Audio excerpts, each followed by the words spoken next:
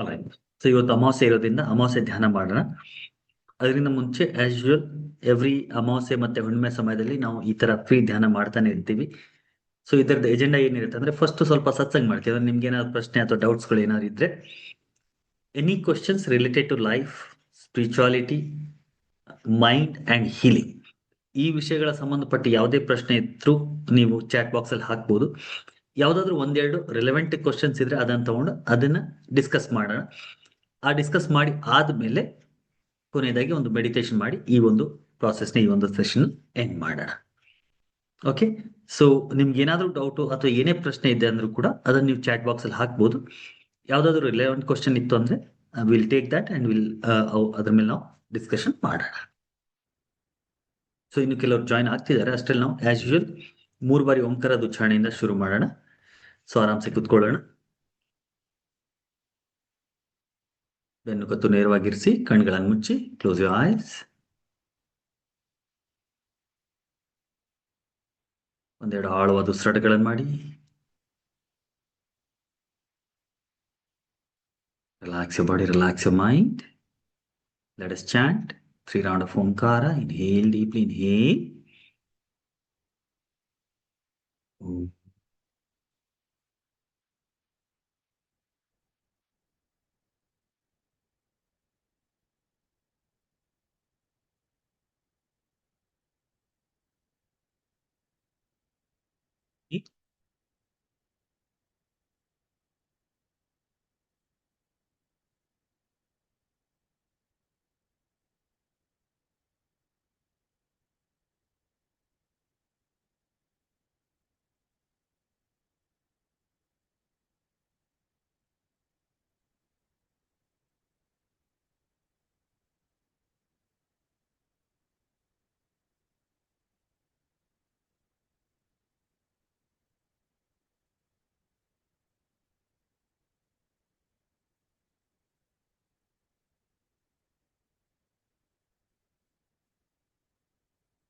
Feel the beautiful resonance of Omkara throughout your body for a while.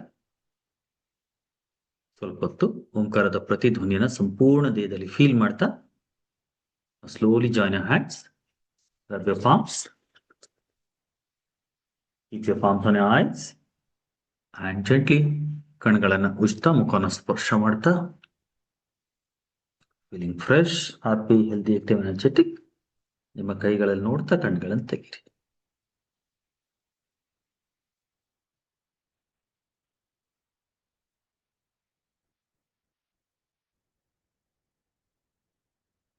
All right. Great. So once again, welcome back everybody to this beautiful evening. ಇವತ್ತು ನಾವು ಅಮಾವಾಸ್ಯೆ ಧ್ಯಾನ ಮಾಡ್ತಾ ಇದ್ದೀವಿ.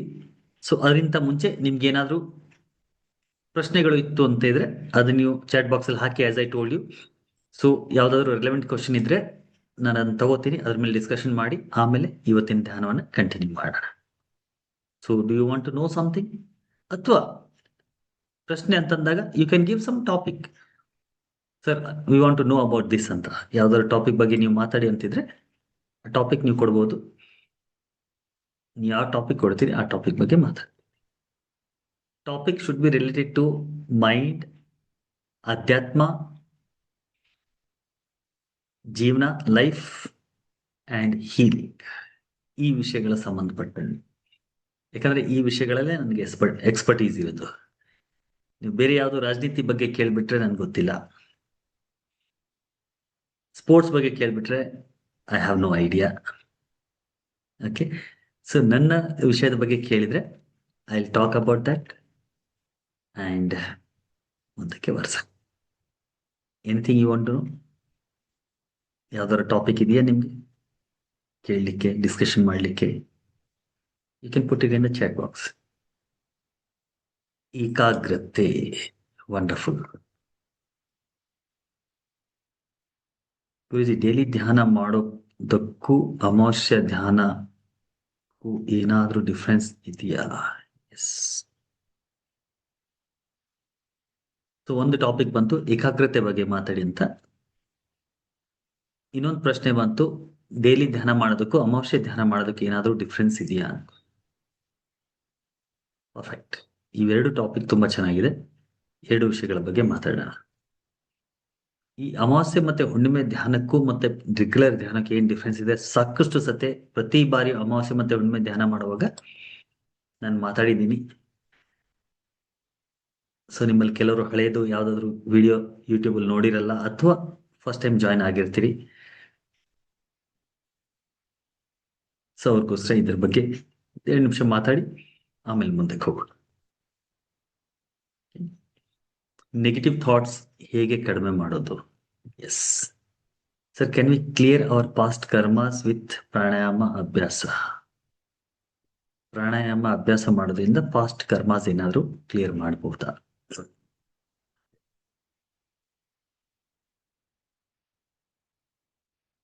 So first ಅಮಾವಾಸ್ಯೆ ಹುಣ್ಣಿಮೆ 2 ದಿನ ನಾವು ಏನ್ ಧ್ಯಾನ ಮಾಡ್ತೀವಿ ಅದಕ್ಕೂ ಡೈಲಿ ಧ್ಯಾನ ಮಾಡೋದಕ್ಕೆ ಏನಾದ್ರು ವ್ಯತ್ಯಾಸ ಇದೆಯಾ? ವ್ಯತ್ಯಾಸ ಏನೂ ಇಲ್ಲ. ಧ್ಯಾನ ಎಲ್ಲ ಒಂದೇನೆ. ರೆಗ್ಯುಲರ್ ಆಗಿ ಧ್ಯಾನ ಮಾಡೋದಕ್ಕೂ ಅಮಾವಾಸ್ಯೆ ಮತ್ತೆ ಹುಣ್ಣಿಮೆ ದಿನ ಯಾಕೆ ಧ್ಯಾನ ಮಾಡ್ತೀವಿ ಅಂದ್ರೆ, ಅಮಾವಾಸ್ಯೆ ಮತ್ತೆ ಹುಣ್ಣಿಮೆ ದಿನ ಏನಿದೆ ಇದು ನಮ್ಮ ಧ್ಯಾನವನ್ನ ಇನ್ನೂ ಆಳ ಸ್ಥಿತಿಗೆ ಕರ್ಕೊಂಡು ಹೋಗ್ಲಿಕ್ಕೆ ಅಥವಾ ಒಯ್ದೋಗ್ಲಿಕ್ಕೆ ಹೆಲ್ಪ್ ಮಾಡತ್ತೆ. ಸಹಜವಾಗಿ ನಾರ್ಮಲ್ ಆಗಿ ನೀವೇನ್ ಧ್ಯಾನ ಮಾಡ್ತೀರಿ, ಧ್ಯಾನ ಮಾಡೋದು ಧ್ಯಾನ ಆಗತ್ತೆ, ಧ್ಯಾನ ಮಾಡ್ತೀರಿ. ಬಟ್ ಈ ದಿನ ವಿಶೇಷವಾಗಿ ಅಮಾವಾಸ್ಯೆ ಮತ್ತೆ ಹುಣ್ಣಿಮೆ ದಿನ ನೀವು ಧ್ಯಾನ ಮಾಡುವಾಗ ಸ್ವಲ್ಪ ಎಕ್ಸ್ಟ್ರಾ ಪುಷ್ ಪ್ರಕೃತಿ ನಿಮ್ಗೆ ಕೊಡುತ್ತೆ. ಇಟ್ ಇಸ್ ಜಸ್ಟ್ ಲೈಕ್ ನೀವು ಗಾಡಿ ನಾರ್ಮಲ್ ರೋಡಲ್ಲಿ ಓಡಿಸ್ತಾ ಹೋಗ್ತೀರಿ. ಗಾಡಿ ಬೇಡ, ಸೈಕಲ್ ತಗೊಳ್ಳೋಣ, ಯಾಕಂದ್ರೆ ಗಾಡಿಯಲ್ಲಿ ಮತ್ತೆ ಗೇರ್ ಎಲ್ಲ ಬಂದ್ಬಿಡುತ್ತೆ. ಸೊ ಸೈಕಲ್ ನಾರ್ಮಲ್ ರೋಡಲ್ಲಿ ನೀವು ತೊಳ್ಕೊಂಡು ಹೋಗ್ತಾ ಇರ್ತೀರಿ, ಪೈಡ್ಲಿಂಗ್ ಮಾಡ್ಕೊಂಡು ಹೋಗ್ತಾ ಇರ್ತೀರಿ, ಆರಾಮ್ಸೆ ಹೋಗ್ಬೋದು. ಆದ್ರೆ ಅದೇ ನಾರ್ಮಲ್ ರೋಡಲ್ಲಿ ಹೋಗ್ತಾ ಇದ್ದಂಗೆ ಎಲ್ಲಾದ್ರೂ ಇಳಿಜಾರಿಕೆ ಬಂತು ಅಂದ್ರೆ, ಡೌನ್ ಬಂತು ಅಂದ್ರೆ ಏನಾಗುತ್ತೆ? ಪೆಡ್ಲಿಂಗ್ ಮಾಡೋ ಅವಶ್ಯಕತೆ ಇಲ್ಲ, ಸುಮ್ಮನೆ ನೀವು ಅಲ್ಲಿ ಇದ್ರೆ ಸಾಕು, ಸೈ ಅಂತ ಕಂಟ್ರೋಲ್ ಮಾಡ್ತಾ ಇದ್ರೆ ಸಾಕು. ಸೈಕಲ್ ನಿಮ್ ಕಂಟ್ರೋಲ್ ಇರಬೇಕು, ಕಂಟ್ರೋಲ್ ಇದ್ರೆ ಸಾಕು, ಇನ್ನೂ ಸ್ಪೀಡ್ ಆಗಿ ನೀವು ಹೋಗ್ಬೋದು ಅಲ್ವಾ? ಸೇಮ್ ಥಿಂಗ್ ಡೈಲಿ ಧ್ಯಾನ ಮಾಡೋದಂದ್ರೆ ನಾರ್ಮಲ್ ರೋಡ್ ಅಲ್ಲಿ ಸೈಕ್ಲಿಂಗ್ ಮಾಡೋ ತರ, ಅಮಾವಾಸ್ಯೆ ಮತ್ತೆ ಹುಣ್ಣಿಮೆ ದಿನ ಧ್ಯಾನ ಮಾಡೋದಂದ್ರೆ ಆ ಇಳಿಜಾರಿಕೆ ಮೇಲೆ ಹೋಗುತ್ತಾರೆ. ಅಷ್ಟೇ ವ್ಯತ್ಯಾಸ. ಅಂದ್ರೆ ಈ ಅಮಾವಾಸ್ಯೆ ಮತ್ತೆ ಹುಣ್ಣಿಮೆ ಏನಿದೆ, ಇವತ್ತಿನ ದಿನ ಇರುವಂತ ಈ ಮೂನ್, ಚಂದ್ರನ ಪ್ರಭಾವ ಪೃಥ್ವಿ ಮೇಲೆ ಇದೆ, ಅದು ತುಂಬಾ ಇಂಟೆನ್ಸ್ ಆಗಿರುತ್ತೆ. ಹಾಗಾಗಿ ಅದು ನಮ್ಮ ಧ್ಯಾನದ ಆಳಕ್ಕೆ ಇಳಿಯೋದಕ್ಕೆ ನಮ್ಗೆ ಸಹಾಯ ಮಾಡುತ್ತೆ, ಹೆಲ್ಪ್ ಮಾಡುತ್ತೆ. Because moon is connected with your mind. ಚಂದ್ರ ಮನೋಕಾರಕ ಅಂತ ಹೇಳ್ತೀವಿ. ಚಂದ್ರ ನಮ್ಮ ಮನಸ್ಸಿನ ಜೊತೆ ಕನೆಕ್ಟ್ ಆಗಿದ್ದಾನೆ. ಚಂದ್ರ ಏನ್ ಮಾಡ್ತಾನೆ, ನಮ್ಮ ಮನಸ್ಸಲ್ಲಿ ಏನ್ ನಡೀತಾ ಇರುತ್ತೆ ಅದನ್ನ ಜಾಸ್ತಿ ಮಾಡ್ತಾನೆ ಚಂದ್ರ. ಇನ್ನೇನು ಮಾಡಲ್ಲ ಚಂದ್ರ. ಅವನ ಕಡೆಯಿಂದ ಏನು ಕೊಡಲ್ಲ ನಮ್ಗೆ. ಎಷ್ಟೋ ಸತಿ ನೋಡಿ, ಹುಣ್ಣಿಮೆ ಮತ್ತೆ ಅಮಾವಾಸ್ಯೆ ಸಮಯದಲ್ಲಿ ಯಾರು ತುಂಬಾ ಡಿಪ್ರೆಸ್ಡ್ ಆಗಿರ್ತಾರೋ, ಯಾರು ತುಂಬಾ ದುಃಖದಲ್ಲಿ ಇರ್ತಾರೋ, ಯಾರಿಗೆ ತುಂಬಾ ಕೋಪ ಬರುತ್ತೋ ಅವ್ರಿಗೆ ಆ ದಿನ ಸ್ವಲ್ಪ ಜಾಸ್ತಿನೇ ಕೋಪ ಬರುತ್ತೆ, ಸ್ವಲ್ಪ ಜಾಸ್ತಿ ಡಿಪ್ರೆಸ್ ಆಗ್ತಾರೆ. ಯಾರು ಹುಚ್ಚುಚ್ಚರ ತರ ವರ್ತನೆ ಮಾಡ್ತಾರೋ ಅವ್ರು ಅಮಾವಾಸ್ಯೆ ಮತ್ತೆ ಹುಣ್ಣಿಮೆ ಬಂದ್ರೆ ಸ್ವಲ್ಪ ಜಾಸ್ತಿ ಹುಚ್ಚರ ತರ ವರ್ತನೆ ಮಾಡ್ತಾರೆ. ಯಾರಿಗೆ ದೇವ ಭೂತ ಪ್ರೇತಗಳ ಬಾಧೆ ಇದೆಯೋ, ಅಮಾವಾಸ್ಯೆ ಹುಣ್ಣಿಮೆ ಬಂದ್ರೆ ಅವ್ರು ಸ್ವಲ್ಪ ಜಾಸ್ತಿ ತೊಂದರೆ ಆಗತ್ತೆ. ಕಾರಣ ಏನಂದ್ರೆ, ಅವ್ರ ಮನಸ್ಸಲ್ಲಿ ಏನ್ ಇದೆ ಅದನ್ನ ಚಂದ್ರ ಜಾಸ್ತಿ ಮಾಡ್ತಾನೆ, ಎನ್ಹೆನ್ಸ್ ಮಾಡ್ತಾನೆ. ಅಷ್ಟೇ ಚಂದ್ರನ ಕೆಲಸ. ಹಾಗಾಗಿ ನಾವು ಧ್ಯಾನ ಮಾಡೋದೇನಕ್ಕಂದ್ರೆ, ಧ್ಯಾನ ಮನಸ್ಸಿನ ಸ್ನಾನ ಅಂತ ನಮ್ ಗುರುಗಳು ಹೇಳ್ತಾರೆ. ಧ್ಯಾನ ಮನಸ್ಸಿನ ಸ್ನಾನ. ಹೇಗೆ ನಾವು ದೇಹಕ್ಕೆ ಸ್ನಾನ ಮಾಡ್ತೀವಿ ನೀರಿಂದ, ಅದೇ ತರ ಧ್ಯಾನದಿಂದ ಮನಸ್ಸನ್ನ ಕ್ಲೀನ್ ಮಾಡ್ತೀವಿ. ಸೊ ಧ್ಯಾನ is connected with your mind. ಮನಸ್ಸಿನ ಜೊತೆ ಕನೆಕ್ಟ್ ಆಗಿದೆ. Moon is connected with your mind. So ನಾವು ಧ್ಯಾನ ಮಾಡೋದಂದ್ರೆ ಏನು? ಮನಸ್ಸನ್ನ ಹದಗೊಳಿಸೋದು, ಮನಸ್ಸನ್ನ ರಿಲ್ಯಾಕ್ಸ್ ಮಾಡೋದು, ಮನಸ್ಸಲ್ಲಿ ಒಳ್ಳೆಯ ವಿಚಾರಗಳನ್ನ ತುಂಬೋದು. ಯಾವಾಗ ಮನಸ್ಸಲ್ಲಿ ನೀವು ಒಳ್ಳೆ ವಿಚಾರಗಳನ್ನ ತುಂಬ್ತೀರಿ, ಆ ಒಳ್ಳೆ ವಿಚಾರಗಳ ಎನರ್ಜಿ ಚಂದ್ರ ಜಾಸ್ತಿ ಮಾಡ್ತಾರೆ. ಅಷ್ಟೇ ವ್ಯತ್ಯಾಸ, ಇನ್ನೇನಿಲ್ಲ. ಧ್ಯಾನ ಮಾಡ್ಬೇಕು ಅಂತ ಸಂಕಲ್ಪ ತಗೊಂಡು ಕುತ್ಕೊಳ್ತೀರಿ, ಆ ಕುತ್ಕೊಂಡ ತಕ್ಷಣ, ಯಾಕಂದ್ರೆ ಸಂಕಲ್ಪ ಮೈಂಡಲ್ಲಿ ಧ್ಯಾನ ಮಾಡ್ಬೇಕು ಅಂತ, ಚಂದ್ರ ಅದನ್ನ ಜಾಸ್ತಿ ಮಾಡ್ತಾನೆ. ಅಂದ್ರೆ ಇನ್ನೂ ಇಂಟೆನ್ಸ್ ಆಗಿ, ಇನ್ನೂ ಡೀಪ್ ಆಗಿ ಧ್ಯಾನಕ್ಕೆ ಇಳಿಯೋದಕ್ಕೆ ಚಂದ್ರ ಹೆಲ್ಪ್ ಮಾಡ್ತಾನೆ. ಅಷ್ಟೇ ವ್ಯತ್ಯಾಸ ರೆಗ್ಯುಲರ್ ಮೆಡಿಟೇಷನ್ ಮಾಡೋದಕ್ಕೂ ಹುಣ್ಣಿಮೆ ಮತ್ತೆ ಅಮಾವಾಸ್ಯೆ ದಿನ ಮೆಡಿಟೇಷನ್ ಮಾಡೋದಕ್ಕೂ. ನಾವು ಸಾಮಾನ್ಯವಾಗಿ ಹುಣ್ಣಿಮೆ ದಿನ ಮತ್ತೆ ಅಮಾವಾಸ್ಯೆ ದಿನ ಎಲ್ಲ ಒಂದೇ ತರ ಧ್ಯಾನ ಮಾಡ್ತೀವಿ, ಅಂದ್ರೆ ಪಾಸಿಟಿವ್ ಎನರ್ಜಿನ ಜಾಸ್ತಿ ಮಾಡ್ಲಿಕ್ಕೆ. ಆದ್ರೆ ಕೆಲವರು ಸಾಧನೆ ಮಾಡೋರು, ಇಂಟೆನ್ಸ್ ಸಾಧನೆ ಅಥವಾ ತಾಂತ್ರಿಕ ಸಾಧನೆ ಮಾಡೋರ್ಗೆ ಅಮಾವಾಸ್ಯೆಯ ಮಹತ್ವ ಬೇರೆ ರೀತಿ ಇರುತ್ತೆ, ಹುಣ್ಣಿಮೆ ಮಹತ್ವ ಬೇರೆ ರೀತಿ ಇರುತ್ತೆ. ಯಾರು ತಾಂತ್ರಿಕ್ ಪ್ರಾಕ್ಟೀಸಸ್ ಗಳನ್ನು ಮಾಡ್ತಾರೋ, ತಂತ್ರಗಳನ್ನ ಮಾಡ್ತಾರೋ, ಯಾವುದೋ ಒಂದು ಶಕ್ತಿ ದೇವತೆನ ಒಲಿಸ್ಬೇಕು ಅಂತಂದಾಗ ಅವರು ಅಮಾವಾಸ್ಯೆ ದಿನ ಜಾಸ್ತಿ ಧ್ಯಾನ ಮಾಡ್ತಾರೆ, ಅಥವಾ ಅಮಾವಾಸ್ಯೆ ದಿನ ಆ ಪ್ರೋಗ್ರಾಮ್ಗಳನ್ನ ಅವ್ರು ಏನ್ ಮಾಡ್ಬೇಕು ಅದನ್ನ ಮಾಡ್ತಾರೆ.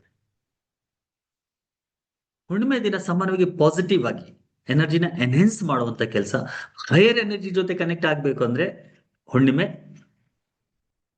ಲೋವರ್ ಎನರ್ಜಿ ಜೊತೆ ಕನೆಕ್ಟ್ ಆಗ್ಬೇಕು ಅಂದ್ರೆ ಅಮಾವಾಸ್ಯೆ ಸ್ವಲ್ಪ ಎಕ್ಸ್ಟ್ರಾ ಆಡ್ ಆನ್ ಬೆನಿಫಿಟ್ ಕೊಡುತ್ತೆ.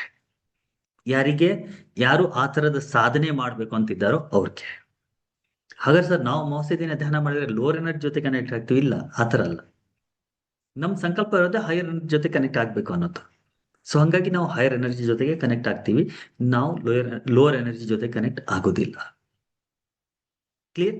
ಬಟ್ ಲೋವರ್ ಎನರ್ಜಿನ ವಶಕ್ಕೆ ಪಡಿಸ್ಕೊಂಡು ಅದರಿಂದ ಅವರ ಒಂದು ಸ್ವಾರ್ಥ ಅಂತ ಹೇಳಿ ಅಥವಾ ಅವ್ರ ಕೆಲಸ ಏನಿದೆ ಅದು ಮಾಡ್ಬೇಕು ಅಂತಂದಾಗ ಈ ಅಮಾವಾಸ್ಯೆ ದಿನ ಸ್ವಲ್ಪ ಅದಕ್ಕೆ ಕಂಡ್ಯೂಸಿವ್ ಆಗಿರುತ್ತೆ, ಹೆಲ್ಪ್ಫುಲ್ ಆಗಿರುತ್ತೆ. ಓಕೆ, ಸೊ ಆ ತರ ಸಾಧನೆ ಮಾಡೋರು ಸಾಮಾನ್ಯವಾಗಿ ಅಮಾವಾಸ್ಯೆ ದಿನ ಸಾಧನೆ ಮಾಡ್ತಾರೆ. ಆದ್ರೆ ನಾವು ಸಾಮಾನ್ಯವಾಗಿ ಅಮಾವಾಸ್ಯೆ ದಿನ ಏನ್ ಸಾಧನೆ ಮಾಡ್ತೀವಿ ಅಥವಾ ಏನ್ ಧ್ಯಾನ ಮಾಡ್ತೀವಿ ಅಂದ್ರೆ ಸಂಕಲ್ಪ ಸಿದ್ಧಿ ಧ್ಯಾನ ಅಂತ ಮಾಡ್ತೀವಿ. ಸಂಕಲ್ಪ ಸಿದ್ಧಿ ಧ್ಯಾನ ಅಂದ್ರೆ ಈ ದಿನ ನೀವೇನ್ ಸಂಕಲ್ಪ ಮಾಡ್ತೀರಿ ಆ ಸಂಕಲ್ಪ ಒಂದು ಬೀಜದ ರೂಪದಲ್ಲಿ ನಿಮ್ಮ ಒಳ ಮನಸ್ಸಲ್ಲಿ ಆಳವಾಗಿ ಕೂತ್ಕೊಳ್ಳುತ್ತೆ. ಅದು ಪ್ರತಿಫಲ ಕೊಡುವಂತ ಸಾಧ್ಯತೆ ತುಂಬಾ ಜಾಸ್ತಿ ಆಗ್ಬಿಡುತ್ತೆ. ಹಾಗಾಗಿ ನಾವು ಅಮಾವಾಸ್ಯೆ ದಿನ ಸಂಕಲ್ಪ ಸಿದ್ಧಿ ಧ್ಯಾನ ಮಾಡ್ತೀವಿ. ಯಾಕೆ ಸಂಕಲ್ಪ ನೆರವೇರುತ್ತೆ ಅಂದ್ರೆ ಅಮಾವಾಸ್ಯೆ ದಿನ ಕತ್ಲಿರತ್ತೆ. ಇದ್ರ ಬಗ್ಗೆ ಸಾಕಷ್ಟು ಸತಿ ನಾನು ಮಾತಾಡ್ಬಿಟ್ಟಿದ್ದೀನಿ, ತುಂಬಾ ಜಾಸ್ತಿ ಮಾತಾಡಲ್ಲ. ಕತ್ತಲಲ್ಲಿ ಜೀವನದ ಉದಯ ಆಗತ್ತೆ, ಕತ್ತಲಿಂದ ಪ್ರಾರಂಭ ಆಗತ್ತೆ. Beginning starts from darkness. ಯಾಕಂದ್ರೆ darkness is nothing but the whole universe. ಪೂರ್ತಿ ಜಗತ್ತು ಡಾರ್ಕ್ನೆಸ್ ಇದೆ. ಕೃಷ್ಣ ಅಂತ ಪದ ನಾವೆಲ್ಲ ಕೇಳಿದೀವಿ, ಕೃಷ್ಣ ದೇವರು. ಕೃಷ್ಣ ಪದಕ್ಕೆ ಅರ್ಥ ಡಾರ್ಕ್ನೆಸ್ ಅಂತ, ಕತ್ಲು ಅಂತ. ಕೃಷ್ಣ ಎಲ್ಲಾ ಕಡೆ ಇದ್ದಾನಂತ ಹೇಳ್ತೀವಲ್ಲ, ಕೃಷ್ಣ ಎಲ್ಲ ಕಡೆ ಇದ್ದಾನಂದ್ರೆ ಏನು? ಎಲ್ಲ ಕಡೆ ಇರೋದೇನು? ಡಾರ್ಕ್ನೆಸ್. ಕತ್ಲಿಗೆ ಯಾವುದೇ ಸೋರ್ಸ್ ಇಲ್ಲ, ಬೆಳಕಿಗೆ ಸೋರ್ಸ್ ಇದೆ. ಎಲ್ಲೋ ಒಂದ್ ಕಡೆ ಬೆಳಕಿದೆ ಅಂದ್ರೆ ಆ ಬೆಳಕಿಗೆ ಎಲ್ಲೋ ಒಂದು ಸೋರ್ಸ್ ಇರಬೇಕು. ಇಲ್ಲಿ ನನ್ ಮೇಲೆ ಬೆಳಕು ಬೀಳ್ತಾ ಇದ್ದಾನೆ, ಅಲ್ಲಿ ಎದುರುಗಡೆ ಲೈಟ್ ಇದೆ. ಡೇ ಟೈಮಲ್ಲಿ ಬೆಳಕಿರತ್ತಂದ್ರೆ ಮೇಲ್ ಸೂರ್ಯ ಬೆಳಗ್ತಾ ಇದ್ದಾನೆ. ನೈಟ್ ಅಲ್ಲಿ ಬೆಳಕಿದೆ ಅಂದ್ರೆ ಸೂರ್ಯನ ಬೆಳಕು ಚಂದ್ರ ಮೇಲೆ ಬಿದ್ದು ಅದರ ಒಂದು ರಿಫ್ಲೆಕ್ಷನ್ ಭೂಮಿ ಮೇಲೆ ಬೀಳ್ತಾ ಇದೆ. ಸೊ ಬೆಳಕಿಗೆ ಏನೋ ಒಂದು ಸೋರ್ಸ್ ಇದೆ. ಸೋರ್ಸ್ ಇಲ್ಲ ಅಂದ್ರೆ ಬೆಳಕಿರೋದಿಲ್ಲ. ನೀವು ದೂರದಲ್ಲಿ ಎಲ್ಲೋ ಒಂದ್ ಕಡೆ ಕತ್ಲಲ್ಲಿ ಹೋಗ್ತಾ ಇದ್ದೀರಿ, ದೂರದಲ್ಲಿ ಎಲ್ಲೋ ಬೆಳಕು ಕಾಣಿಸ್ತು ಅಂದ್ರೆ ಅದರ ಅರ್ಥ ಏನು? ಐದರ್ ಅಲ್ಲಿ ಯಾವುದೋ ಒಂದು ಬಲ್ಬು ಲೈಟ್ ಏನೋ ಉರಿತಾ ಇದೆ, ಅಥವಾ ದೀಪ ಉರಿತಾ ಇದೆ, ಅಥವಾ ಬೆಂಕಿ ಉರಿತಾ ಇದೆ. ಸೊ ಆ ಬೆಳಕಿಗೆ ಏನೋ ಒಂದು ಸೋರ್ಸ್ ಇದೆ. ಬಟ್ ಕತ್ಲಿಗೆ ಏನ್ ಸೋರ್ಸ್ ಇದೆ? ಕತ್ಲಿಗೆ ಏನ್ ಸೋರ್ಸ್ ಇದೆ? ಎಲ್ಲೋ ಒಂದ್ ಕಡೆ ಕತ್ಲಿದೆ ಅಂತ ನೋಡಿ, ಆ ಕತ್ಲು ಎಲ್ಲಿಂದ ಬರ್ತಾ ಇದೆ ಅಂತ ಹೇಳಕ್ಕಾಗತ್ತ? ಇಲ್ಲ, ಕತ್ಲಿದೆ ಅಷ್ಟೇ, ಕತ್ಲಿಗೆ ಯಾವುದೇ ಸೋರ್ಸ್ ಇಲ್ಲ. Darkness does not come from anywhere, it is just there. ಹಾಗಾಗಿ ಡಾರ್ಕ್ನೆಸ್ ನಾವು ದೇವ್ರ ಅಂತ ಹೇಳ್ತೀವಿ.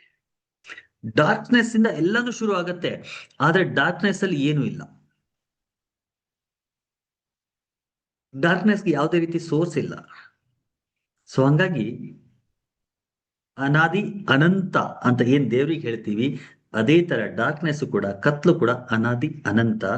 ಈ ಅಮಾವಾಸ್ಯೆ ಕೂಡ ಕತ್ಲನ್ನ ರಿಸೆಂಬಲ್ ಮಾಡುತ್ತೆ ಅಥವಾ ಕತ್ಲನ್ನ ಸಿಂಬಾಲೈಸ್ ಮಾಡುತ್ತೆ. ಹಾಗಾಗಿ ಅಮಾವಾಸ್ಯೆ ದಿನ ನಾವು ಯಾವಾಗ ಸಂಕಲ್ಪ ಮಾಡ್ತೀವಿ ಆ ಸಂಕಲ್ಪವನ್ನ ನೆರವೇರಿಸೋದಕ್ಕೆ ನಮ್ಗೆ ಈ ಅಮಾವಾಸ್ಯೆ ಹೆಲ್ಪ್ ಮಾಡುತ್ತೆ. ಕ್ಲಿಯರ್? ಹಾಗಾಗಿ ಅಮಾವಾಸ್ಯೆ ದಿನ ನಾವು ವಿಶೇಷವಾಗಿ ಸಂಕಲ್ಪ ಸಿದ್ಧಿ ಧ್ಯಾನವನ್ನ ಮಾಡ್ತೀವಿ. ಎರಡನೇದು ಏಕಾಗ್ರತೆ ಬಗ್ಗೆ ಕೇಳಿದ್ರಿ. ಏಕಾಗ್ರತೆ ಹೇಗೆ ಹೆಚ್ಚಿಸೋದು, ನೆಗೆಟಿವ್ ಥಾಟ್ಸ್ ಗಳನ್ನು ಹೇಗೆ ಕಡಿಮೆ ಮಾಡೋದು,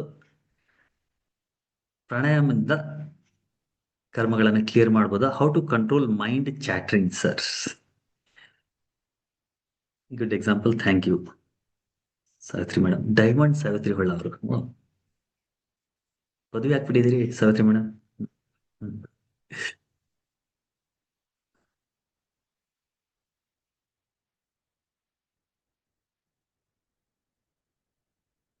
ಎಸ್ ಗೀತಾ, ಒಳ್ಳೆ ವಿಚಾರ ಬಂದ್ರು ಕೂಡ ಚಂದ್ರ ಅದನ್ನ ಜಾಸ್ತಿ ಮಾಡಕ್ ಹೆಲ್ಪ್ ಮಾಡ್ತಾನೆ, ನೆಗೆಟಿವ್ ವಿಚಾರ ಬಂದ್ರು ಕೂಡ ಚಂದ್ರ ಅದನ್ನ ಜಾಸ್ತಿ ಮಾಡ್ತಾನೆ. ಹಂಗಾಗಿ ಯಾರಿಗೆ ನಾನು ಹೇಳಿದ್ನಲ್ಲ ದುಃಖದಲ್ಲಿ ಇರ್ತಾರೋ ಕೋಪ ಮಾಡ್ಕೋತಾರೋ, ಇರಿಟೇಷನ್ ಇರುತ್ತೋ, ಅವ್ರಿಗೆ ಈ ದಿನ ಸ್ವಲ್ಪ ಜಾಸ್ತಿ ಆಗತ್ತೆ ಅವೆಲ್ಲ, ಅಲ್ವಾ? ಯಾರು ಮೆಂಟಲಿ ಡಿಸ್ಟರ್ಬ್ ಆಗಿರ್ತಾರೋ ಅವ್ರಿಗೆ ಅಮಾವಾಸ್ಯೆ ಹುಣ್ಣಿಮೆ ಬಂದ್ರೆ ಸ್ವಲ್ಪ ಡಿಸ್ಟರ್ಬ್ ಜಾಸ್ತಿ ಆಗ್ತಾರೆ. ಈ ಭೂತ ಪ್ರೇತದ ಕಥೆಗಳು ಇನ್ನೇನಿಲ್ಲ, ಮನಸ್ಸಿನ ವೇದನೆಗಳು. ಎಷ್ಟೋ ಸತಿ ಮನಸ್ಸಿನ ವೇದನೆಗಳೇ ಆತರ ಆಡೋದಕ್ಕೆ ಆ ಆಡೋ ತರ ಮಾಡತ್ತೆ. ಅದನ್ನ ನಾವು ಭೂತ ಪ್ರೇತ ಅಂತ ಅಂದ್ಕೊಂಡ್ಬಿಟ್ಟಿರ್ತೀವಿ ಎಷ್ಟೋ ಸತಿ. ಸೊ ಎಷ್ಟೋ ಸತಿ ಭೂತ ಪ್ರೇತ ಅಂತ ನಾವ್ ಏನ್ ಅನ್ಕೋತೀವಿ, ಅದು ರಿಯಲ್ ಇರಲ್ಲ, ನಿಜ ಇರಲ್ಲ. ಅವರ ಮನಸ್ಸಿನ ವೇದನೆ ಅವರು ಆತರ ಆಡೋ ತರ ಮಾಡತ್ತೆ. ರೈಟ್.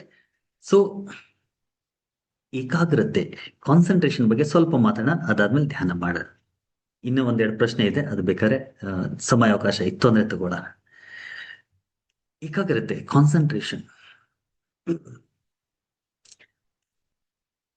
ತುಂಬಾ ಇಂಪಾರ್ಟೆಂಟ್. ಸ್ವಾಮಿ ವಿವೇಕಾನಂದರು ಒಂದ್ ಕಡೆ ಹೇಳ್ತಾರೆ, the difference between ordinary man and a great man lies in the difference are in the degree of their concentration. ಒಬ್ಬ ಸಾಮಾನ್ಯ ವ್ಯಕ್ತಿಗೂ ಒಬ್ಬ ತುಂಬಾ ಸಾಧನೆ ಮಾಡಿದಂತ, ತುಂಬಾ ಎತ್ತರಕ್ಕೆ ಬೆಳೆದಂತ ವ್ಯಕ್ತಿ ಮಧ್ಯದಲ್ಲಿ ಡಿಫ್ರೆನ್ಸ್ ಏನಂತಂದ್ರೆ, ಹೊರ ನೋಟಕ್ಕೆ ನಾವು ನೋಡುವಾಗ ಇವ್ರಿಗೆ ಈ ತರ ಡಿಫ್ರೆನ್ಸ್ ಇದೆ, ಇವ್ರ ಹತ್ರ ದುಡ್ಡು ಇಲ್ಲ, ಇವ್ರ ಹತ್ರ ದೊಡ್ಡ ಬಿಸ್ನೆಸ್ ಇದೆ, ಇವ್ರ ಹತ್ರ ಬಿಸ್ನೆಸ್ ಇಲ್ಲ, ಇವ್ರಿಗೆ ಸಾಕಷ್ಟು ಸೌಕರ್ಯ ಇದೆ, ಇವ್ರಿಗೆ ಸೌಕರ್ಯ ಇಲ್ಲ, ಏನೇನೋ ಹೇಳ್ಬೋದು ಹೊರ ನೋಟಕ್ಕೆ. ಆದ್ರೆ ಸ್ವಾಮಿ ವಿವೇಕಾನಂದರು ಹೇಳ್ತಾರೆ, ಇವೆಲ್ಲ ಹೊರ ಜಗತ್ತಿಗೆ ಕಾಣುವಂಥದ್ದು. ಒಳಗಡೆ ಮುಖ್ಯವಾಗಿ ಡಿಫ್ರೆನ್ಸ್ ಏನಂದ್ರೆ, it is the degree of their concentration. ಯಾರ ಕಾನ್ಸಂಟ್ರೇಷನ್ ತುಂಬಾ ಪೀಕ್ ಅಲ್ಲಿ ಇರುತ್ತೆ, ತುಂಬಾ ಚೆನ್ನಾಗಿರುತ್ತೆ, ಅವರು ಸಕ್ಸಸ್ಫುಲ್ ಆಗುವಂತ ಸಾಧ್ಯತೆ ತುಂಬಾ ಜಾಸ್ತಿ ಇರುತ್ತೆ. ಯಾರ ಕಾನ್ಸಂಟ್ರೇಷನ್ ಲೋವರ್ ಲೆವೆಲ್ ಇರುತ್ತೋ ಅವರು ಮಾಡುವಂತ ಪ್ರತಿಯೊಂದು ಕೆಲಸದಲ್ಲಿ, ಜೀವನದಲ್ಲಿ ಯಾವ ಕೆಲಸ ಸಕ್ಸಸ್ಫುಲ್ ಅಂತಂದಾಗ ಒಂದೇ ಕೆಲಸದಲ್ಲಿ ಸಕ್ಸಸ್ಫುಲ್ ಅಲ್ಲ, ಅಥವಾ ದುಡ್ಡು ದುಡಿಯೋದೇ ಸಕ್ಸಸ್ ಅಲ್ಲ. ಎಲ್ಲಾದ್ರೂ ಏನ್ ಮಾಡ್ತಾ ಇದೀವಿ ಅದರಲ್ಲಿ ನಿಮ್ಮ ಕಾನ್ಸಂಟ್ರೇಷನ್ ಇತ್ತು ಅಂತಿದ್ರೆ ಸಕ್ಸಸ್ಫುಲ್ ಆಗುವಂತ ಸಾಧ್ಯತೆ ಜಾಸ್ತಿ ಇದೆ. ಕಾನ್ಸಂಟ್ರೇಷನ್ ಇಲ್ಲ ಅಂತಿದ್ರೆ ಸಕ್ಸಸ್ಫುಲ್ ಆಗುವಂತ ಸಾಧ್ಯತೆ ತುಂಬಾ ಕಡಿಮೆ ಇದೆ. ಸಾಮಾನ್ಯವಾಗಿ ನೀವು ಮಕ್ಕಳಿದ್ದಾಗ ಅಥವಾ ನಿಮ್ಮ ಮಕ್ಕಳು ಅಥವಾ ಸುತ್ತಮುತ್ತ ಇರುವಂತ ಮಕ್ಕಳನ್ನ ನೋಡಿ, ಯಾರು ಚೆನ್ನಾಗಿ ಓದ್ತಾರೆ, ಯಾರಿಗೆ ಒಳ್ಳೆ ಮಾರ್ಕ್ಸ್ ಬರುತ್ತೆ, ಸಾಮಾನ್ಯವಾಗಿ ಅವ್ರ ಕಾನ್ಸಂಟ್ರೇಷನ್ ಚೆನ್ನಾಗಿರುತ್ತೆ. ಯಾರಿಗೆ ಒಳ್ಳೆ ಮಾರ್ಕ್ಸ್ ಬರೋದಿಲ್ಲ, ಸಾಮಾನ್ಯವಾಗಿ ಅವ್ರ ಕಾನ್ಸಂಟ್ರೇಷನ್ ಸ್ವಲ್ಪ ಕಡಿಮೆ ಇರುತ್ತೆ. ಸಾಮಾನ್ಯವಾಗಿ ನಾನು ಹೇಳ್ತಾ ಇರೋದು. ಎಷ್ಟೋ ಸತಿ ನೋಡಿ, ಯಾರು ಸ್ಕೂಲಲ್ಲಿ ಅಥವಾ ಕಾಲೇಜಲ್ಲಿ ಟಾಪ್ ಮಾಡ್ತಾರೋ ಅವ್ರು ತುಂಬಾ ಜಾಸ್ತಿ ಟೈಮ್ ಏನು ಓದಲ್ಲ, ಓದುವ ಸಮಯ ಅಷ್ಟೇ ಇರುತ್ತೆ. ಇವ್ರು 2 ಅವರ್ಸ್ ಓದ್ತಾ ಇದ್ರೆ ಇವ್ರು 2 ಅವರ್ಸ್ ಓದ್ತಾರೆ. ಎಷ್ಟೋ ಸತಿ ಇವ್ರ ಕಾನ್ಸಂಟ್ರೇಷನ್ ಇಲ್ದಿರೋರು, ಯಾರಿಗೆ ಕಡಿಮೆ ಮಾರ್ಕ್ಸ್ ಬರುತ್ತೆ ಅವ್ರು ಜಾಸ್ತಿ ಟೈಮ್ ಓದ್ತಾರೆ, ಯಾರಿಗೆ ಜಾಸ್ತಿ ಮಾರ್ಕ್ಸ್ ಬರುತ್ತೆ ಅವ್ರು ಕಡಿಮೆ ಟೈಮ್ ಓದ್ತಾರೆ. ಆದ್ರೆ ಇವ್ರಿಗೆ ಮಾರ್ಕ್ಸ್ ಜಾಸ್ತಿ ಬರುತ್ತೆ, ಇವ್ರ ಮಾರ್ಕ್ಸ್ ತುಂಬಾ ಕಡಿಮೆ ಬರುತ್ತೆ. ಇದು ಲೈವ್ ಆಗಿ ನಾನು ನನ್ನ ಲೈಫಲ್ಲಿ ನೋಡಿದ್ದೇನೆ. ನನ್ನ ಇಬ್ರು ಮಕ್ಕಳು, ದೊಡ್ಡವನ್ ಕಾನ್ಸಂಟ್ರೇಷನ್ ತುಂಬಾ ಚೆನ್ನಾಗಿದೆ, he was a topper in a school. ಚಿಕ್ಕವನ್ ಕಾನ್ಸಂಟ್ರೇಷನ್ ಅಷ್ಟಿಲ್ಲ, ಹಾಗಾಗಿ ಅವನು ಟಾಪರೇ, ಕೆಳಗಿಂದ ಟಾಪರ್ ಅವನು. ಇವನ್ ಟಾಪ್ ಇಂದ ನಂಬರ್ 1 2 3 ಬಂದ್ರೆ ಇವನ್ ಕೆಳಗಿಂದ 1 2 3 ಬರ್ತಾನೆ. ದೊಡ್ಡವನ್ 10th ಅಲ್ಲಿ ಇರುವಾಗ, ವಿಲ್ ನಾಟ್ ಬಿಲೀವ್, ಸಾಮಾನ್ಯವಾಗಿ ಮಕ್ಕಳು 10th ಅಲ್ಲಿ ಇದಾರೆ ಅಂದ್ರೆ ಮನೆಯವರೆಲ್ಲರೂ ತುಂಬಾ ಸೀರಿಯಸ್ ಆಗ್ಬಿಡ್ತಾರೆ. ನಮ್ ಕಾಲದಲ್ಲಂತೂ ಟಿವಿ ಗಿವಿ ಎಲ್ಲ ಕೇಬಲ್ ಕಟ್ಟು, ಅದ್ ಕಟ್ಟು, ಇದ್ ಕಟ್ಟು ಅಂತ ಮಾಡ್ತಾ ಇದ್ರು. ಇವಾಗ ಇತ್ತೀಚೆಗೆ ಅಷ್ಟು ಮಾಡ್ತಾ ಇಲ್ಲ, ಯಾಕಂದ್ರೆ ತಾಯಂದ್ರಿಗೆ ಕೇಬಲ್ ಕಟ್ ಮಾಡಿ ಕುತ್ಕೊಳಕ್ ಆಗಲ್ಲ, ಮನೆ ಹಾಳು ಸೀರಿಯಲ್ಗಳು ನೋಡ್ಬೇಕಲ್ಲ, ಅದನ್ನ ಬಿಡಕ್ಕಾಗಲ್ಲ. ಹಂಗಾಗಿ ಮಕ್ಕಳಿಗೆ ಬೈದು ರೂಮ್ ಒಳಗಡೆ ಸೇರಿಸಿ ಇವ್ರು ಈ ಕಡೆ ಟಿವಿಗಳನ್ನ ನೋಡ್ತಾ ಇರ್ತಾರೆ. ಇರ್ಲಿ, ಬಟ್ ತುಂಬಾ ಸೀರಿಯಸ್ ಆಗಿ ತಗೋತಾರೆ. ನನ್ನ ದೊಡ್ಡ ಮಗ 10th ಅಲ್ಲಿ ಇರುವಾಗ್ಲೂ ಕೂಡ ಎಕ್ಸಾಮ್ ಟೈಮ್ ಅಲ್ಲಿ ಎಷ್ಟೋ ಸದ ಆಟ ಆಡ್ತಾ ಇದ್ದ, ಆಟ ಆಡಕ್ ಹೊರಗಡೆ ಹೋಗ್ತಾ ಇದ್ದ, ಮೊಬೈಲ್ ಅಲ್ಲಿ ಆಡ್ತಾ ಇದ್ದ, ಎಲ್ಲಾನು ಮಾಡ್ತಾ ಇದ್ದ. ನಾನ್ ಸಮಾಜಕ್ಕೆ ತಲೆ ಕೆಡ್ಸ್ಕೊಳ್ಳಲ್ಲ, ಬಟ್ 10th ಅಲ್ಲಿ ಇರುವಾಗ ಎಕ್ಸಾಮ್ ಟೈಮಲ್ಲಿ ಸ್ವಲ್ಪ ನನಗೆ ಟೆನ್ಷನ್ ಆಗ್ತಿತ್ತು. ನಾನು ಹೇಳ್ತಿದ್ದೆ, ಮಗನೇ ಎಕ್ಸಾಮ್ ಬಂದ, ಅವನ್ ಪಾಪ ನೀವ್ಯಾಕೆ ಚಿಂತೆ ಮಾಡ್ತೀರಿ, ನಿಮ್ಗೆ ಗೊತ್ತಿದೆಯಲ್ಲ ಅಂತ ಸ್ವಲ್ಪ ನನಗೆ ಸಮಾಧಾನ ಗೊತ್ತಿದೆ. ಏನಂದ್ರೆ ಓದಕ್ ಕುತ್ಕೊಳ್ಳುವಾಗ ಬೇರೆ ಯಾವ ಡಿಸ್ಟ್ರಾಕ್ಷನ್ ಇರ್ತಾ ಇರಲಿಲ್ಲ ನಮ್ಗೆ. ಮೊಬೈಲ್ ಪಕ್ಕದಲ್ಲಿ ಓದ್ತಾ ಇದ್ದಾನೆ ಅಂದ್ರೆ ಬರೀ ಓದ್ತಾ ಇದ್ದಾನೆ. ಅವನು ಓದ್ತಾ ಇದ್ದಿದ್ದು ಕಡಿಮೆ, ತುಂಬಾ ಜಾಸ್ತಿ ಟೈಮ್ ರಾತ್ರಿ ನಿದ್ದೆ ಕೆಡ್ಸ್ಕೊಂಡು ಬೆಳಗ್ಗೆ ಬೇಗ ಎದ್ದು, ನಮ್ಮ ಮನೇಲಿ ಯಾರಿಗೂ ಅಭ್ಯಾಸ ಇಲ್ಲ ಅದು. ನನಗೂ ಇರಲಿಲ್ಲ, ನನ್ನ ಮಕ್ಕಳಿಗೂ ಇಲ್ಲ. ಎಷ್ಟೋ ಜನ ಮಕ್ಕಳು ರಾತ್ರಿ 12-1 o'clock ತನಕ ಓದ್ತಾರೆ, ಬೆಳಗ್ಗೆ ಮತ್ತೆ 3-4 ಗಂಟೆಗೆ ಎದ್ದು ಓದ್ತಾರೆ. ಅದು 10th 12th ಅಲ್ಲಿ ಇದ್ದಾರೆ ಅಂದ್ರೆ ಇನ್ನೂ ವಿಶೇಷ ಅಲ್ವಾ. ನನ್ನ ಮಗ ಯಾವತ್ತೂ ರಾತ್ರಿ 11 ಗಂಟೆಗಿಂತ ಮೇಲೆ ಎದ್ದಿರಲ್ಲ, ಮಲ್ಕೊಂಡ್ಬಿಟ್ಟಿರ್ತಾನೆ. ಬೆಳಗ್ಗೆ ಸ್ಕೂಲ್ 8 ಗಂಟೆ ಅಂದ್ರೆ 6:30-7 ಗಂಟೆ ಮುಂಚೆ ಯಾವತ್ತೂ ಎದ್ದಿಲ್ಲ ಅವನು. ಸೊ ಬೆಳಗ್ಗೆ ಬೇಗ ಎದ್ದು ಓದ್ಬೇಕು, ರಾತ್ರಿ ಲೇಟ್ ತನಕ ಓದ್ಬೇಕು, ಈ ಸೀನ್ಗಳು ನಮ್ಮ ಮನೇಲಿ ಇರಲೇ ಇಲ್ಲ. ಆದ್ರೂ ಕೂಡ 10th ಅಲ್ಲಿ he was one of the topper. 90+ ಅವನು ಬಂತು 10th ಅಲ್ಲಿ. ಚಿಕ್ಕವನು, ನಾನು ಹೇಳಿದ್ದಾನೆ, ಕೆಳಗಿಂದ ಫಸ್ಟ್ ಸೆಕೆಂಡ್ ಥರ್ಡ್ ಅಲ್ಲಿ ಎಲ್ಲ ಒಂದ್ ಕಡೆ ಇರ್ತಾನೆ. So this is the difference. Focused ಆಗಿದ್ರೆ ನೀವು ಏನ್ ಕೆಲಸ ಮಾಡ್ತಾ ಇದ್ದೀರಿ ಅದರಲ್ಲಿ ಸಕ್ಸಸ್ ಸಿಗುವಂತ ಸಾಧ್ಯತೆ ತುಂಬಾ ಜಾಸ್ತಿ ಆಗ್ಬಿಡುತ್ತೆ. ಫೋಕಸ್ಡ್ ಆಗಿಲ್ಲ, ಕಾನ್ಸಂಟ್ರೇಷನ್ ಇಲ್ಲ, ಏಕಾಗ್ರತೆ ಇಲ್ಲ ಅಂತಿದ್ರೆ ನೀವು ಏನೇ ಕೆಲಸ ಮಾಡ್ತಾ ಇದ್ರು ಕೂಡ, though you may be intelligent, it is not that ಕಿ ಯುವರ್ ಇಂಟೆಲಿಜೆಂಟ್ ಇಲ್ಲ ಅಂತಲ್ಲ. ನನ್ನ ಇಬ್ರು ಮಕ್ಕಳು ಇಂಟೆಲಿಜೆಂಟ್ ಇಲ್ಲ ಅಂತ ಇಲ್ವೇ ಇಲ್ಲ, ಚಿಕ್ಕವನು ಕೂಡ ಇಟ್ಸ್ ವೆರಿ ಇಂಟೆಲಿಜೆಂಟ್, ಆದ್ರೆ ಕಾನ್ಸಂಟ್ರೇಷನ್ ಇಲ್ಲ, ಕಾನ್ಸಂಟ್ರೇಟ್ ಮಾಡಕ್ ಆಗ್ತಾ ಇಲ್ಲ. ಸೊ ಹಂಗಾಗಿ ಅವನು ಆ ತರ ಮಾಡಕ್, ಆ ಅಚೀವ್ಮೆಂಟ್ ಏನ್ ಮಾಡ್ಬೇಕು ಎಜುಕೇಶನ್ ಅದು ಮಾಡಕ್ ಆಗ್ತಾ ಇಲ್ಲ. Are you getting? So concentration is very very important. ಎಷ್ಟು ಚೆನ್ನಾಗಿ ನೀವು ನಿಮ್ಮ ಕೆಲಸಗಳನ್ನ ತೊಡಕೊಂಡು ಮಾಡ್ತೀರಿ, ಅಷ್ಟೇ ಅದರಲ್ಲಿ ಸಕ್ಸಸ್ ಸಿಗುವಂತ ರೇಟ್ ಸಾಧ್ಯತೆ ಜಾಸ್ತಿ ಆಗುತ್ತೆ. ಬಟ್ ಈ ಕಾನ್ಸಂಟ್ರೇಷನ್ ಬೆಳೆಸೋದು ಹೇಗೆ, ಬರೋದು ಹೇಗೆ? ಅದು ಇತ್ತೀಚೆಗೆ ಸೋಷಿಯಲ್ ಮೀಡಿಯಾ ಅಷ್ಟು ಜಾಸ್ತಿ ಇರುವಾಗ, ಸೋಷಿಯಲ್ ಮೀಡಿಯಾದಲ್ಲೂ ಕೂಡ ರೀಲ್ಸು, ಶಾರ್ಟ್ಸು ಇವೆಲ್ಲ ಬಂದ ಮೇಲೆ ನಮ್ಮ ಕಾನ್ಸಂಟ್ರೇಷನ್ ಸ್ಪ್ಯಾನ್ ಇದು ತುಂಬಾ ಕಡಿಮೆ ಮಾಡಿಬಿಟ್ಟಿದೆ. ಮೊದಲು ಏನ್ ಕಾನ್ಸಂಟ್ರೇಷನ್ ಸ್ಪ್ಯಾನ್ ಇತ್ತು ಅದರ ಆಲ್ಮೋಸ್ಟ್ 50% ಈ ಸಮಯದಲ್ಲಿ ಕಾನ್ಸಂಟ್ರೇಷನ್ ಸ್ಪ್ಯಾನ್ ಇದೆ, ರೈಟ್? ಅಂದಾಜು ಐ ಥಿಂಕ್ ಮೊದಲು 16 ಸೆಕೆಂಡ್ಸ್ ಕಾನ್ಸಂಟ್ರೇಷನ್ ಸ್ಪ್ಯಾನ್, ಅಂದ್ರೆ ಒಂದೇ ಸಾಮಾನ್ಯ ಕಾನ್ಸಂಟ್ರೇಷನ್ ಸ್ಪ್ಯಾನ್ ಇತ್ತು. 16 ಸೆಕೆಂಡ್ ತನಕ ಕಂಟಿನ್ಯೂಸ್ ಆಗಿ ಒಂದು ವಿಷಯದ ಮೇಲೆ ಫೋಕಸ್ ಮಾಡ್ಬೋದಿತ್ತು ಸಾಮಾನ್ಯ ಕಾನ್ಸಂಟ್ರೇಷನ್ ಸ್ಪ್ಯಾನ್. ಇವಾಗ ಅದು 8 ಸೆಕೆಂಡ್ಸ್ ಏನೋ ಆಗಿದೆ ಅಂತೆ, ಸ್ವಲ್ಪ ಹೆಚ್ಚು ಕಮ್ಮಿ ಇರ್ಬೋದು, ನಂಬರ್ ನನಗೆ ಮರ್ತೋಗಿದೆ. ಬಟ್ ಆಲ್ಮೋಸ್ಟ್ 50% ಬಂದ್ಬಿಟ್ಟಿದೆ. ಕಾರಣ ಏನಂದ್ರೆ ಈ ರೀಲ್ಸು ಮತ್ತೆ ಶಾರ್ಟ್ಸ್. ಇವಾಗಾದ್ರೂ at least 1 minute 2 minutes shorts reels ಇದೆ. ಶುರು ಮಾಡಿದಾಗ 30 ಸೆಕೆಂಡ್ಸು. ಸೊ 30 ಸೆಕೆಂಡ್ಸ್ ಅಲ್ಲಿ ಆ ವಿಷಯ ಮುಗ್ದಿದ ತಕ್ಷಣ ಮತ್ತೆ ಸ್ಕ್ರೋಲ್ ಮಾಡ್ತೀರಿ, ಸಬ್ಜೆಕ್ಟ್ ಚೇಂಜ್ ಆಗ್ತಿದೆ, ಮತ್ತೆ ಸ್ಕ್ರೋಲ್ ಮಾಡ್ತೀರಿ, ಸಬ್ಜೆಕ್ಟ್ ಚೇಂಜ್ ಆಗ್ತಾ ಇದೆ. ಸೊ ಸಬ್ಜೆಕ್ಟ್ ಜಂಪ್ ಮಾಡಿ ಮಾಡಿ ಮಾಡಿ ನಾವು ನಮ್ಮ ಬ್ರೈನ್ ಏನಿದೆ ಅದರ ಕಾನ್ಸಂಟ್ರೇಷನ್ ಸ್ಪ್ಯಾನ್ ತುಂಬಾ ಕಡಿಮೆ ಆಗ್ಬಿಟ್ಟಿದೆ. ಈ ರೀಲ್ಸು ಶಾರ್ಟ್ಸ್ ಇದೆಯಲ್ಲ, they are very dangerous for your concentration, for your mind. ನೀವು ಲಾಂಗ್ ವಿಡಿಯೋ ಬೇಕಾದ್ರೆ ನೋಡಿ, ಒಂದು ಅರ್ಧ ಅವರ್ ವಿಡಿಯೋ ಯಾವ್ದಿದೆ, 1 hour ವಿಡಿಯೋ ಯಾವ್ದಿದೆ, ಅದನ್ನು ಒಂದ್ಸತಿ ಕೂತ್ಕೊಂಡು ಆರಾಮ್ಸೆ ನೋಡಿ, ನಿಮ್ಮ ಇಂಟ್ರೆಸ್ಟಿನ ವಿಡಿಯೋ. ಆದ್ರೆ ಈ ಶಾರ್ಟ್ಸ್ ನೋಡೋದಿದೆಯಲ್ಲ, ರೀಲ್ಸ್ ನೋಡೋದಿದೆಯಲ್ಲ, it is really very dangerous.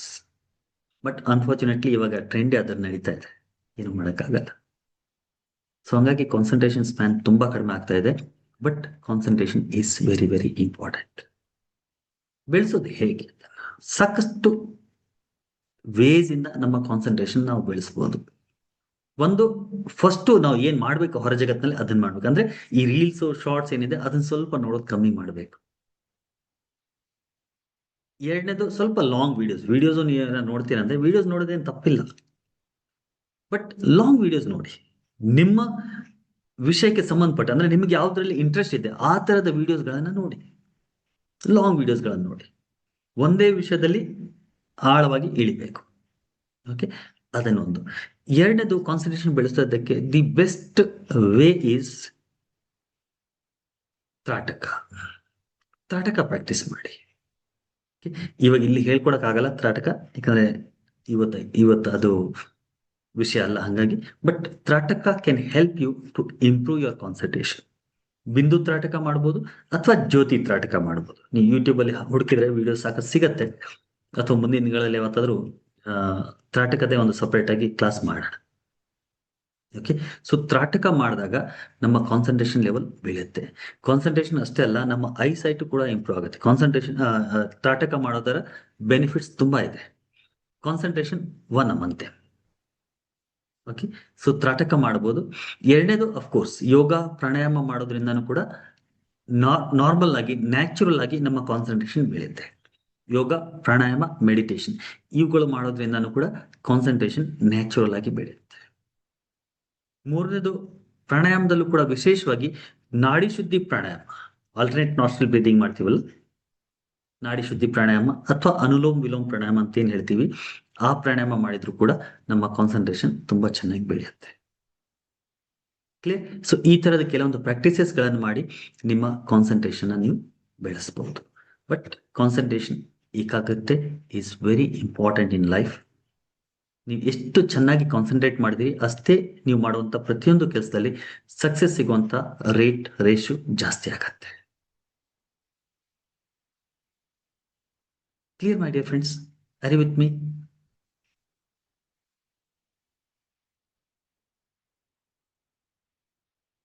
Negative thoughts ಕಡಿಮೆ ಮಾಡೋದು ಹೇಗೆ? ನೀವು ಧ್ಯಾನ ಮಾಡೋದ್ರಿಂದ, ಪ್ರಾಣಾಯಾಮ ಮಾಡೋದ್ರಿಂದ ಕೂಡ ನೆಗೆಟಿವ್ ಥಾಟ್ಸ್ ಕಮ್ಮಿ ಆಗುತ್ತೆ. ಓಕೆ, ನೆಗೆಟಿವ್ ಥಾಟ್ಸ್ ಗಳಿಗೆ ಕಾರಣ ಏನಿದೆ, ಆ ಕಾರಣ ನಿವಾರಣೆ ಮಾಡೋದ್ರಿಂದ ಕೂಡ ನೆಗೆಟಿವ್ ಥಾಟ್ಸ್ ಜಾಸ್ತಿ ಕಡಿಮೆ ಆಗುತ್ತೆ.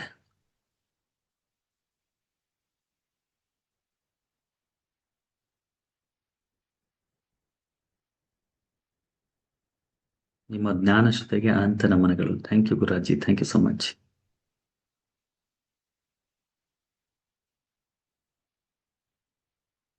ಪ್ರಾಣಾಯಾಮ ಮಾಡೋದ್ರಿಂದ, ಓಕೆ, ಲಾಸ್ಟ್ 2 ಕ್ವಶನ್ಸ್ ತಗೊಳ್ಳೋಣ. ಪ್ರಾಣಾಯಾಮ ಮಾಡೋದ್ರಿಂದ ಕರ್ಮಗಳನ್ನು ಏನಾದ್ರು ಕ್ಲೀನ್ಸ್ ಮಾಡಬಹುದಾ? ಎರಡನೇದು, ನೆಗೆಟಿವ್ ಥಾಟ್ಸ್ ಗಳನ್ನು ಹೇಗೆ ಕಡಿಮೆ ಮಾಡೋದು, ಅಥವಾ ಮೈಂಡ್ ಚಾಟ್ರಿಂಗ್ ಏನಿದೆ ಅದನ್ನ ಹೇಗೆ ಕಂಟ್ರೋಲ್ ಮಾಡೋದು, ಇವೆರಡು ವಿಷಯಗಳನ್ನು ಮಾತಾಡೋಣ. ಪ್ರಾಣಾಯಾಮ ಮಾಡೋದ್ರಿಂದ ಕರ್ಮಗಳನ್ನು ಏನಾದ್ರೂ ಕಳ್ಕೋಬಹುದಾ, ಅಥವಾ ಕರ್ಮ ನಿರ್ಜರೆ ಮಾಡಬಹುದಾ, ಅಥವಾ ಕರ್ಮಗಳನ್ನ ಕಳಿಬಹುದಾ, ತೊಯ್ಬಹುದಾ, ಕ್ಲೀನ್ಸ್ ಮಾಡಬಹುದಾ? The answer, clear cut answer ಬೇಕು ಅಂದ್ರೆ ಎಸ್, ಮಾಡಬಹುದು. ಬಟ್ ಹೇಗೆ ಅಂತಂದಾಗ ಕ್ವಶನ್ ತುಂಬಾ ದೊಡ್ಡದಾಗ್ಬಿಡುತ್ತೆ. ಅದು 1 ಮಾರ್ಕ್ ಕ್ವಶನ್ ಇದ್ರೆ ಎಸ್ ನೋ ಅಲ್ಲಿ ಆನ್ಸರ್ ಮಾಡ್ಬೇಕಂದ್ರೆ ಎಸ್ ಆನ್ಸರ್ ಅದಕ್ಕೆ. ಓಕೆ, ಬಟ್ ಅದನ್ನೇ ಹೇಗೆ ಅಂತಂದಾಗ that becomes 10 mark question. So ಇನ್ನು ಲಾಂಗ್ ಆಗಿ ಅದನ್ನ ಎಕ್ಸ್ಪ್ಲೇನ್ ಮಾಡ್ಬೇಕಾಗತ್ತೆ. ನೀವು ಏನೇ ಸ್ಪಿರಿಚುವಲ್ ಸಾಧನೆ ಮಾಡಿದ್ರು ಕೂಡ, ನಾಟ್ ಓನ್ಲಿ ಪ್ರಾಣಾಯಾಮ, ಬಟ್ ಯಾವುದೇ ರೀತಿ ಸ್ಪಿರಿಚುವಲ್ ಸಾಧನೆ ಮಾಡಿದ್ರು ಕೂಡ ಅದು ನಿಮ್ಮ ಕರ್ಮಗಳನ್ನ ನಿರ್ಮೂಲನೆ ಮಾಡ್ತಾ ಇದೆ, ಕರ್ಮಗಳನ್ನ ನಶಿಸ್ತಾ ಇದೆ, ಕರ್ಮಗಳನ್ನ ಕ್ಲೀನ್ಸ್ ಮಾಡ್ಲಿಕ್ಕೆ ಹೆಲ್ಪ್ ಮಾಡ್ತಾ ಇದೆ. ಇನ್ಕ್ಲೂಡಿಂಗ್ ರೆಗ್ಯುಲರ್ ಯೋಗಾಸನಸ್, ಪ್ರಾಣಾಯಾಮ, ಮೆಡಿಟೇಷನ್, ಅಥವಾ ಯಾವುದೋ ಒಂದು ಚಕ್ರ ಸಾಧನೆ, ರೇಖಿ ಹೀಲಿಂಗು, ಅಥವಾ ಮತ್ತೊಂದು ಏನೋ ಮಾಡ್ತಾ ಇದ್ದೀರಿ. ನಾನು ಕರ್ಮ ಕ್ಲೀನ್ಸ್ ಮಾಡ್ಲಿಕ್ಕೆ ಆಲ್ಕೆಮಿ ಅನ್ನೋ ಅಂತ ಒಂದು ಟೆಕ್ನಿಕ್ ನ ಹೇಳ್ಕೊಡ್ತೀನಿ. ನಿಮ್ಮಲ್ಲಿ ಕೆಲವರು ಕಲ್ತಿದ್ದೀರಿ ಅದನ್ನ. ಸೊ ಆಲ್ಕೆಮಿ, ಸೊ ಈ ತರದ್ ಯಾವುದೇ ಪ್ರಾಕ್ಟೀಸ್ ಮಾಡಿದ್ರು ಕೂಡ ಅದೆಲ್ಲ ಮಾಡೋದು ಒಂದೇ ಕೆಲಸ, ನಮ್ಮ ಕರ್ಮಗಳನ್ನು ಕ್ಲೀನ್ಸ್ ಮಾಡೋದು. ಅಲ್ಟಿಮೇಟ್ಲಿ ನಮ್ಮ ಜೀವನದಲ್ಲಿ ನಾವು ಏನೇ ಇದ್ರೂ ಕೂಡ it is because of our ಕರ್ಮ, ರೈಟ್? ನಮ್ಮ ಕರ್ಮಗಳಿಂದಾನೇ ನಾವು ಇದ್ದೀವಿ. ಕರ್ಮ simply means actions. What ever actions we have taken, ಈ ಹಿಂದೆ ನಾವು ಏನೇನ್ ಆಕ್ಷನ್ಸ್ ಗಳನ್ನ ತಗೊಂಡಿದೀವಿ, ಏನೇನ್ ಕೆಲಸಗಳನ್ನ ಮಾಡಿದೀವಿ, ಏನೇನ್ ಕರ್ಮಗಳನ್ನ ಮಾಡಿದೀವಿ, ಆ ಕರ್ಮಗಳೇ ಇವಾಗ ಬಂದು ನಮ್ಮ ಪ್ರೆಸೆಂಟ್ ಮಾಡಿದೆ. ಪ್ರೆಸೆಂಟ್ ಪದಕ್ಕೆ ಅರ್ಥ ನೋಡಿ, ಪ್ರೆಸೆಂಟ್ ಪದಕ್ಕೆ ಅರ್ಥ ಪ್ರೀಸೆಂಟ್ ಅಂತ. ಪ್ರೆಸೆಂಟ್ ನೀವು ಬರ್ದ್ರೆ PRE, PSENT, ಪ್ರೀಸೆಂಟ್. ಪ್ರೀಸೆಂಟ್ ಅಂದ್ರೆ ಮೊದಲಿಂದ ಕಳಿಸಿರುವಂತದ್ದು. ಪ್ರೀಸೆಂಟ್ ಮೊದಲಿಂದ ಕಳಿಸಿರುವಂತದ್ದು ಅಂದ್ರೆ ಮೊದಲು ನೀವ್ ಏನ್ ಮಾಡಿದ್ದೀರಿ ಅದರ ಆಧಾರದ ಮೇಲೆ ನಿಮ್ಮ ಇವತ್ತಿನ ವರ್ತಮಾನ, ಇವತ್ತಿನ ಪ್ರೆಸೆಂಟ್ ಆಗಿದೆ ಅಂತ ಅರ್ಥ. So whatever you are doing now will create your future.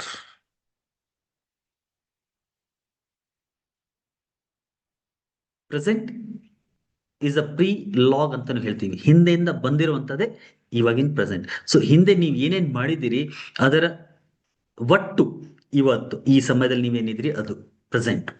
ಇವಾಗ ನೀವೇನ್ ಮಾಡ್ತಾ ಇದ್ದೀರಿ that is creating your future ಅಂತ. ಸೊ ಕರ್ಮ, ಒಳ್ಳೆ ಕರ್ಮ ಮಾಡಿದ್ರೆ ಇವಾಗ ನೀವು ಒಳ್ಳೆ ಸ್ಥಿತಿಲಿ ಇರ್ತೀರಿ, ಕೆಟ್ಟ ಕರ್ಮ ಮಾಡಿದ್ರೆ ಇವಾಗ ನೀವು ಕೆಟ್ಟ ಸ್ಥಿತಿಲಿ ಇರ್ತೀರಿ. ವೆನ್ ವಿ ಸೇ ಪಾಸ್ಟ್ ಅಲ್ಲಿ ಮಾಡಿರುವಂತ ಕರ್ಮ ಅಂತಂದಾಗ past of this life and past life ಎಲ್ಲ ಇರುತ್ತೆ. ಪಾಸ್ಟ್ ಆಫ್ ದಿಸ್ ಲೈಫ್ ನಮ್ಗೆ ಗೊತ್ತಿರತ್ತೆ, ಹಿಂದಿನ ಜನ್ಮದಲ್ಲಿ ನಾವು ಏನ್ ಮಾಡಿದೀವಿ ನಮ್ಗೆ ಸಾಮಾನ್ಯವಾಗಿ ಗೊತ್ತಿರೋದಿಲ್ಲ. ಹಂಗಾಗಿ ಎಷ್ಟೋ ಸತೆ ಇಲ್ಲಿ ಒಳ್ಳೆ ಕರ್ಮಗಳನ್ನು ಮಾಡ್ತಾ ಇದ್ರು ಕೂಡ ನಮ್ಮ ಜೀವನದಲ್ಲಿ ಕೆಟ್ಟದಾಗ್ತಾ ಇರತ್ತೆ. ಅವಾಗ ಎಷ್ಟೋ ಸತೆ ಪ್ರಶ್ನೆ ಬರುತ್ತೆ ಕಿ ವೈ ದಿಸ್ ಅಂತ, ಯಾಕಿದು ಅಂತ. ರೈಟ್. ಈ ಜನ್ಮಲ್ಲಿ ನಾನು ಏನು ಮಾಡಿಲ್ಲಪ್ಪ, ನಾನೆಲ್ಲ ಒಳ್ಳೆ ಕರ್ಮನೇ ಮಾಡ್ಕೊಂಡು ಬರ್ತಾ ಇದ್ದೀನಿ, ಆದ್ರೂ ಕೂಡ ನನ್ನ ಜೀವನದಲ್ಲಿ ತೊಂದರೆ ಯಾಕಿದೆ? ಕಾರಣ ನಮ್ಮ ಹಿಂದಿನ ಜನ್ಮದಲ್ಲಿ ಮಾಡಿರುವಂತ ಕರ್ಮಗಳು ಇರುವಂತ ಸಾಧ್ಯತೆ ಖಂಡಿತ ಇದೆ. ಪಾಸ್ಟ್ ಲೈಫ್ ರಿಗ್ರೆಷನ್ ಥೆರಪಿಲಿ ಇವೆಲ್ಲ ನಾವು ಮಾತಾಡಿ, ಐ ಥಿಂಕ್ ನಿನ್ನೆ ನೀವೇನಾದ್ರು ಅಟೆಂಡ್ ಮಾಡಿದ್ರೆ, ನಿನ್ನೆನೂ ಸಾಕಷ್ಟು ಈ ವಿಷಯದ ಬಗ್ಗೆ ಮಾತಾಡಿದ್ದೀನಿ. ಮೊನ್ನೆ ಲಾಸ್ಟ್ ಸ್ಯಾಟರ್ಡೆ ಕೂಡ ಒಂದು webinar past life regression therapy ಬಗ್ಗೆ ವೆಬಿನಾರ್ ಇತ್ತು. ಅಲ್ಲೂ ಕೂಡ ನೀವು ಇವೆಲ್ಲ ವಿಷಯಗಳನ್ನ ಅರ್ಥ ಮಾಡ್ಕೊಂಡಿರ್ತೀರಿ. ಒಂದ್ ವೇಳೆ ನಿನ್ನೆ ಮತ್ತೆ ಅವತ್ತು ನೀವು ಅಟೆಂಡ್ ಮಾಡಿಲ್ಲ ಅಂದ್ರೆ ಸ್ಯಾಟರ್ಡೆದ್ದು ಪೂರ್ತಿ ರೆಕಾರ್ಡಿಂಗ್ ಯೂಟ್ಯೂಬ್ ಅಲ್ಲಿ ಇದೆ, ನೀವು ಅದನ್ನ ನೋಡಬಹುದು. ಪಾಸ್ಟ್ ಲೈಫ್ ರಿಗ್ರೆಷನ್ ಥೆರಪಿ ಬಗ್ಗೆ ಅಲ್ಲಿ ಮಾತಾಡಿದ್ದೀನಿ. ಓಕೆ, ಸೊ ಪ್ರೆಸೆಂಟ್ ಅಲ್ಲಿ ನೀವು ಏನಿದ್ದೀರಿ, ಪಾಸ್ಟ್ ಅಲ್ಲಿ ಮಾಡಿರುವಂತ ಕರ್ಮ, past of this life and past life, and ಇವಾಗ ನೀವು ಏನ್ ಮಾಡ್ತಾ ಇದ್ದೀರಿ, it is creating your future. So ಇವಾಗ ನೀವು ಏನ್ ಮಾಡ್ತಾ ಇದೀರಿ, ಫಾರ್ ಎಕ್ಸಾಂಪಲ್ ನೀವು ಪ್ರಾಣಾಯಾಮ ಮಾಡ್ತಾ ಇದ್ದೀರಿ, ಮೆಡಿಟೇಷನ್ ಮಾಡ್ತಾ ಇದ್ದೀರಿ, ಯೋಗ ಮಾಡ್ತಾ ಇದ್ದೀರಿ, ಅಥವಾ ಯಾವುದೋ ಒಂದು ಸಾಧನೆ ಮಾಡ್ತಾ ಇದ್ದೀರಿ ಅಂದ್ರೆ ಆ ಸಾಧನೆ ಅರ್ಥ ಏನ್ ಗೊತ್ತಾ? ಸಾಧನೆ ಅರ್ಥ ಇಷ್ಟೇನೆ, you are getting connected with yourself. ಇದನ್ನ ಸ್ವಲ್ಪ ಸರಿಯಾಗಿ ಅರ್ಥ ಮಾಡ್ಕೊಂಡ್ರೆ ನಿಮ್ ಪೂರ್ತಿ ಜೀವನದ ಸಾರಾಂಶ ಗೊತ್ತಾಗ್ಬಿಡುತ್ತೆ ನಿಮ್ಗೆ. ಜೀವನದ ಒಂದು ಸೀಕ್ರೆಟ್ ಏನಿದೆ ಅದು ಗೊತ್ತಾಗ್ಬಿಡುತ್ತೆ ನಿಮ್ಗೆ. ಸೊ ಧ್ಯಾನದಿಂದ ಕೇಳಿಸ್ಕೊಳ್ಳಿ. Whatever you are doing is creating your present, and ಇವಾಗ ಏನ್ ಮಾಡ್ತೀರಿ ಅದನ್ನ ಫ್ಯೂಚರ್ ಕ್ರಿಯೇಟ್ ಮಾಡ್ತಾ ಇದೆ, ಹಿಂದೆ ಏನ್ ಮಾಡಿದಿರಿ ಪ್ರೆಸೆಂಟ್ ಕ್ರಿಯೇಟ್ ಮಾಡ್ತಾ ಇದೆ. ನೀವು ಯಾವುದೇ ರೀತಿ ಸಾಧನೆ ಮಾಡ್ತಾ ಇದ್ದೀರಿ, ಆ ಸಾಧನೆ ಏನ್ ಮಾಡ್ತಾ ಇದೆ ಅಂದ್ರೆ ನಿಮ್ಮನ್ನ ನಿಮ್ಮ ಕಡೆಗೆ, ನಿಮ್ಮ ಯಾತ್ರೆನ ನಿಮ್ ಕಡೆಗೆ ಮಾಡ್ತಾ ಇದೆ. ಸಾಮಾನ್ಯವಾಗಿ ನಾವು ಹೊರ ಜಗತ್ತಲ್ಲಿ ಏನ್ ಮಾಡ್ತಾ ಇದ್ದೀವಿ, we are expanding our self, ನಮ್ಮನ್ನ ಹೊರ ಜಗತ್ತಲ್ಲಿ ಎಕ್ಸ್ಪ್ಯಾಂಡ್ ಮಾಡ್ತಾ ಇದ್ದೀವಿ.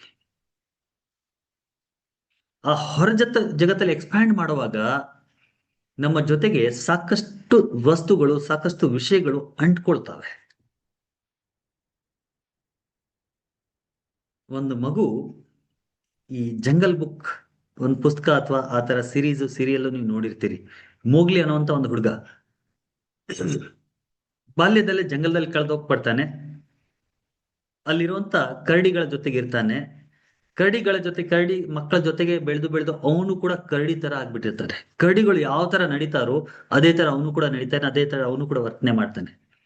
ಈ ತರ ಒಂದು ಪುಸ್ತಕ, ಒಂದು ಸ್ಟೋರಿ ನೀವು ಕೇಳಿರ್ತೀರಿ, ನೋಡಿರ್ತೀರಿ ಟಿವಿಯಲ್ಲಿ.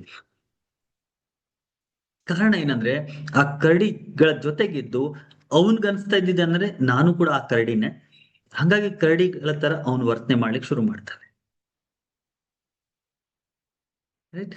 ಅವನ್ ಮನುಷ್ಯ ಅಂತ ಅವ್ನ್ ಗೊತ್ತೇ ಇಲ್ಲ, ಅವನ್ಗೆ ಅರಿವೇ ಇಲ್ಲ ಅವ್ನ್ ಮನುಷ್ಯ ಅಂತ. ಯಾಕಂದ್ರೆ ಹೊರ ಜಗತ್ನಲ್ಲಿ ನಾವು ಏನ್ ನೋಡ್ತೀವಿ ಅದಕ್ಕೆ ತಕ್ಕಂತೆ ನಾವು ಆಗ್ಬಿಡ್ತೀವಿ. ನಮ್ಮ ಈ ಪಂಚೇಂದ್ರಿಯಗಳಿಂದ ನಾವು ಹೊರ ಜಗತ್ತನ್ನ ಮಾತ್ರ ಎಕ್ಸ್ಪೀರಿಯನ್ಸ್ ಮಾಡ್ತಾ ಇರ್ತೀವಿ. ಸೊ ಹೊರ ಜಗತ್ತಲ್ಲಿ ನಾವು ಯಾವಾಗ ಏನ್ ವರ್ತನೆ ಮಾಡ್ತೀವಿ, ಏನ್ ನೋಡ್ತಾ ಇದ್ದೀವಿ, ಆ ಎಲ್ಲ ವಿಷಯಗಳು ನಮ್ಗೆ ಅಂಟ್ಕೊಳ್ತವೆ. ಅದನ್ನೇ ನಾವು ಸಂಸ್ಕಾರಗಳು ಅಂತ ಹೇಳೋದು. ಸಂಸ್ಕಾರಗಳು, ಮೆಮರೀಸ್ ಅಥವಾ ಇಂಪ್ರಿಂಟ್ಸು, ಇಂಪ್ರೆಷನ್ಸ್, ಇವೆಲ್ಲವೂ ಹೊರ ಜಗತ್ನಲ್ಲಿ ನಾವು ಏನೇನ್ ನೋಡ್ತಾ ಇದೀವಿ, ಪಂಚೇಂದ್ರಗಳಿಂದ ನಾವು ಏನೇನ್ ಎಕ್ಸ್ಪೀರಿಯನ್ಸ್ ಮಾಡ್ತಾ ಇದೀವಿ ಅದೆಲ್ಲ ನಮ್ಗೆ ಅಂಟ್ಕೊಳತ್ತೆ. ಇದನ್ನ ಬಿಡಿಸೋದಿದೆಯಲ್ಲ, ಈ ಹೊರ ಜಗತ್ತಿಂದ ನಾವು ಏನ್ ಎಕ್ಸ್ಪೀರಿಯನ್ಸ್ ಮಾಡ್ತಾ ಇದೀವಿ, ಏನೇನ್ ಅಂಟ್ಸ್ಕೊಂಡ್ಬಿಟ್ಟಿದೀವಿ, ಇದನ್ನ ಬಿಡಿಸೋದಿದೆಯಲ್ಲ, ಇದನ್ನೇ ನಾವು ಕರ್ಮ ನಿರ್ಜರ ಅಂತ ಹೇಳೋದು. ಕರ್ಮ ಕ್ಲೀನ್ಸ್ ಮಾಡೋದಂದ್ರೆ ಇನ್ನೇನು ಇಲ್ಲ, ಹೊರ ಜಗತ್ನಲ್ಲಿ ನಾವು ಏನ್ ಎಕ್ಸ್ಪ್ಯಾಂಡ್ ಆಗ್ಬಿಟ್ಟಿದೀವಿ, ಯಾವ್ಯಾವ್ದಕ್ಕೆ ನಾವು ಅಂಟ್ಕೊಂಡ್ಬಿಟ್ಟಿದೀವಿ ಅದರಿಂದ ಡಿಸ್ಕನೆಕ್ಟ್ ಆಗೋದು, ನಮ್ಮ ಜೊತೆಗೆ ನಾವು ಮತ್ತೆ ಕನೆಕ್ಟ್ ಆಗೋದು. ಸ್ವಸ್ಥಿತ, ಸ್ವಸ್ಥ ಪದಕ್ಕೆ ಅರ್ಥ ಸ್ವದಲ್ಲಿ ಸ್ಥಿತವಾಗಿರೋದು. ಆರೋಗ್ಯಕ್ಕೆ ಸಂಸ್ಕೃತ ಪದ ಏನಿದೆ, ಸ್ವಸ್ಥ, ಸ್ವಸ್ಥವಾಗಿದ್ದೀನಿ. ಸ್ವಾಸ್ಥ್ಯ ಹೇಗಿದೆ ಅಂತ ಕೇಳ್ತೀವಿ. ಸ್ವಸ್ಥ ಪದಕ್ಕೆ ಅರ್ಥ ಏನು, ಸ್ವ ಪ್ಲಸ್ ಸ್ಥಿತ. ಸ್ವ ಅಂದ್ರೆ ನಾನು, ಸೆಲ್ಫ್, ಅಂಡ್ ಸೆಲ್ಫ್ ಒಳಗಡೆ ಸ್ಥಿತವಾಗಿರೋದೇ ಸ್ವಸ್ಥ. ಅಂದ್ರೆ ನಿಮ್ಮ ಜೊತೆಗೆ ನೀವಿದ್ರೆ ನೀವು ಸ್ವಸ್ಥವಾಗಿರ್ತೀರಿ, ಆರೋಗ್ಯವಾಗಿರ್ತೀರಿ ಅಂತ ಅರ್ಥ. ಸೊ ಕರ್ಮ ಕ್ಲೀನ್ಸ್ ಮಾಡೋದು is nothing but getting connected with your self. ನಿಮ್ಮ ರಿಯಾಲಿಟಿ ಏನಿದೆ, ನೀವು ನಿಜವಾಗ್ಲೂ ಯಾರಿದ್ದೀರಿ ಅದರ ಜೊತೆಗೆ ಕನೆಕ್ಟ್ ಆಗೋದು, ಅದನ್ನ ರಿಯಲೈಸ್ ಮಾಡೋದೇ ಕರ್ಮಗಳನ್ನ ಕ್ಲೀನ್ಸ್ ಮಾಡೋದು. ಅಂಡ್ ನಮ್ಮ ರಿಯಾಲಿಟಿ ಯಾವಾಗ ಗೊತ್ತಾಗುತ್ತೆ, when you are doing any kind of sadhana. Even by doing yoga asanas, simple yogasanas ಕೂಡ ನೀವು ಮಾಡೋದ್ರಿಂದ ನೀವು ನಿಮ್ಮ ಜೊತೆ ಕನೆಕ್ಟ್ ಆಗ್ತಾ ಇದ್ದೀರಿ. ಯಾಕಂದ್ರೆ ಯೋಗ ಆಸನ is not any normal kind of exercise. ನಾವು ಬೇರೆ ಎಕ್ಸಸೈಸ್ ದೋ ಅದರ್ ಎಕ್ಸಸೈಸ್ ಇಂದ ನಮ್ಗೆ ಏನ್ ಬೆನಿಫಿಟ್ ಸಿಗ್ಬೇಕು ಅದೆಲ್ಲ ಸಿಗತ್ತೆ. ಬಟ್ ಆಸನ ಈಸ್ ನಾಟ್ ಎಕ್ಸರ್ಸೈಸ್. ಸ್ಥಿರಂ ಸುಖಂ ಆಸನಂ ಅಂತ ಪತಂಜಲಿ ಅವರು ಹೇಳ್ತಾರೆ. ಸ್ಥಿರವಾಗಿ ಸುಖಕರವಾಗಿ ಒಂದು ಸ್ಥಿತಿಲಿ ಲಾಂಗ್ ಟೈಮ್ ಹೇಗೆ ಕುತ್ಕೊಳ್ಳೋಕ್ಕಾಗತ್ತೆ, ಆ ಒಂದು ಪ್ರಾಸೆಸ್ನ, ಆ ಒಂದು ಸ್ಥಿತಿಯನ್ನು ನಾವು ಆಸನ ಅಂತ ಹೇಳ್ತೀವಿ. ಆಸನಕ್ಕೆ ಡೆಫಿನೇಷನ್ ಸುಖಂ ಸ್ಥಿರಂ ಆಸನ, ರೈಟ್. ಸೊ ಇವನ್ ಒಂದ್ ಸಿಂಗಲ್ ಆಸನ ಮಾಡ್ತಾ ಇದ್ರು ಕೂಡ, ನೀವು ಯೋಗ ಆಸನ ಮಾಡುವಾಗ ಏನ್ ಮಾಡ್ತೀರಿ, ನೀವು ದೇಹದಲ್ಲೇ ಮಾಡ್ಬೇಕು ಆಸನ. ಅದರ ಜೊತೆಗೆ ಬ್ರೀದಿಂಗ್ ಮೇಲೂ ಕೂಡ ಫೋಕಸ್ ಮಾಡ್ತೀರಿ. ಯಾವಾಗ ನೀವು ಉಸಿರನ್ನ ಒಳಗ್ ತಗೋಬೇಕು, ಯಾವಾಗ ಹೊರಬಿಡಬೇಕು, ಅದರ ಕಡೆನೂ ಗಮನ ಇರಬೇಕು. ಯಾವುದೇ ಆಸನ ಮಾಡಿ, right. For example, hand raise ಮಾಡ್ತಾ ಇದೀರಿ, ಉಸಿರನ್ನ ಒಳಗೆ ಎಳ್ಕೊತಾ ಹ್ಯಾಂಡ್ ರೈಸ್ ಮಾಡ್ತೀವಿ, ರೈಟ್. ಕೈಗಳನ್ನು ಕೆಳಗೆ ತರ್ತೀರಿ, ಉಸಿರನ್ನ ಹೊರಬಿಡ್ತಾರೆ. We do this. ಸುಮ್ಮನೆ ಕೈಗಳನ್ನ ಮೇಲೆತ್ತೋದು ಕೆಳಗೆ ಮಾಡೋದು ಮಾಡಲ್ಲ ಯೋಗದಲ್ಲಿ, ರೈಟ್. ಯಾವುದೇ ನೀವು ಒಂದು ಸಿಂಗಲ್ ಯೋಗ ಆಸನ ನೀವು ಮಾಡ್ತಾ ಇದ್ದೀರಂದ್ರೆ ಅದರ ಜೊತೆಗೆ ಪ್ರತಿಯೊಂದು ಮೂಮೆಂಟ್ ಜೊತೆಗೆ ನಿಮ್ಮ ಉಸಿರಾಟವನ್ನು ಸಿಂಕ್ರೊನೈಸ್ ಮಾಡ್ತೀರಿ ನೀವು. So body is connected, your breath is connected. Body and breath connect ಆಯ್ತು ಅಂದ್ರೆ, breath is the physical manifestation of mind ಅಂತ ಹೇಳ್ತೀವಿ. ಅಂದ್ರೆ ಮನಸ್ಸಿನ ಫಿಸಿಕಲ್ ಮ್ಯಾನಿಫೆಸ್ಟೇಷನ್. ಮನಸ್ಸು ಅನ್ನೋದು ಎನರ್ಜಿ ಲೆವೆಲ್ ಇದೆ, ಅದರ ಫಿಸಿಕಲ್ ಮ್ಯಾನಿಫೆಸ್ಟೇಷನ್ ನಾವು ಬ್ರೆತ್ ಅಂತ ಹೇಳ್ತೀವಿ, ಉಸಿರಾಟ ಅಂತ ಹೇಳ್ತೀವಿ. ಸೊ ಯಾವಾಗ ನೀವು ಉಸಿರಾಟದ ಮೇಲೆ ಕಾನ್ಸಂಟ್ರೇಟ್ ಮಾಡ್ತೀರಿ, ನಿಮ್ಮ ಮನಸ್ಸು ಕೂಡ ಏಕಾಗ್ರತೆಯಲ್ಲಿ ಬಂದ್ಬಿಡುತ್ತೆ. So when you're doing even any a single asana also, you're combining your body, breath and your mind together. ಯಾವಾಗ ದೇಹ ಪ್ರಾಣ ಮನಸ್ಸು ಒಂದಾಗತ್ತೋ ಅವಾಗ ನೀವು ನಿಮ್ಮ ಜೊತೆಗೆ ಕನೆಕ್ಟ್ ಆಗ್ತೀರಿ. ಬಿಕಾಸ್ ಇದು ನಿಮ್ಮ ಅಸ್ತಿತ್ವ ಈ ಜಗತ್ನಲ್ಲಿ. ಅಗೇನ್ ಓಕೆ, ಈ ಜಗತ್ನಲ್ಲಿ ನಿಮ್ಮ ಅಸ್ತಿತ್ವ ಏನು, ದೇಹ ಇದೆ, ಪ್ರಾಣ ಇದೆ, ಮನಸ್ಸಿದೆ. ದೇಹ ಪ್ರಾಣ ಹೊರ ಜಗತ್ತು, ಮನಸ್ಸು ಮಧ್ಯದಲ್ಲಿದೆ, ಮನಸ್ಸಿನ ಆಚೆ ನೀವಿದ್ದೀರಿ ರಿಯಲಿ.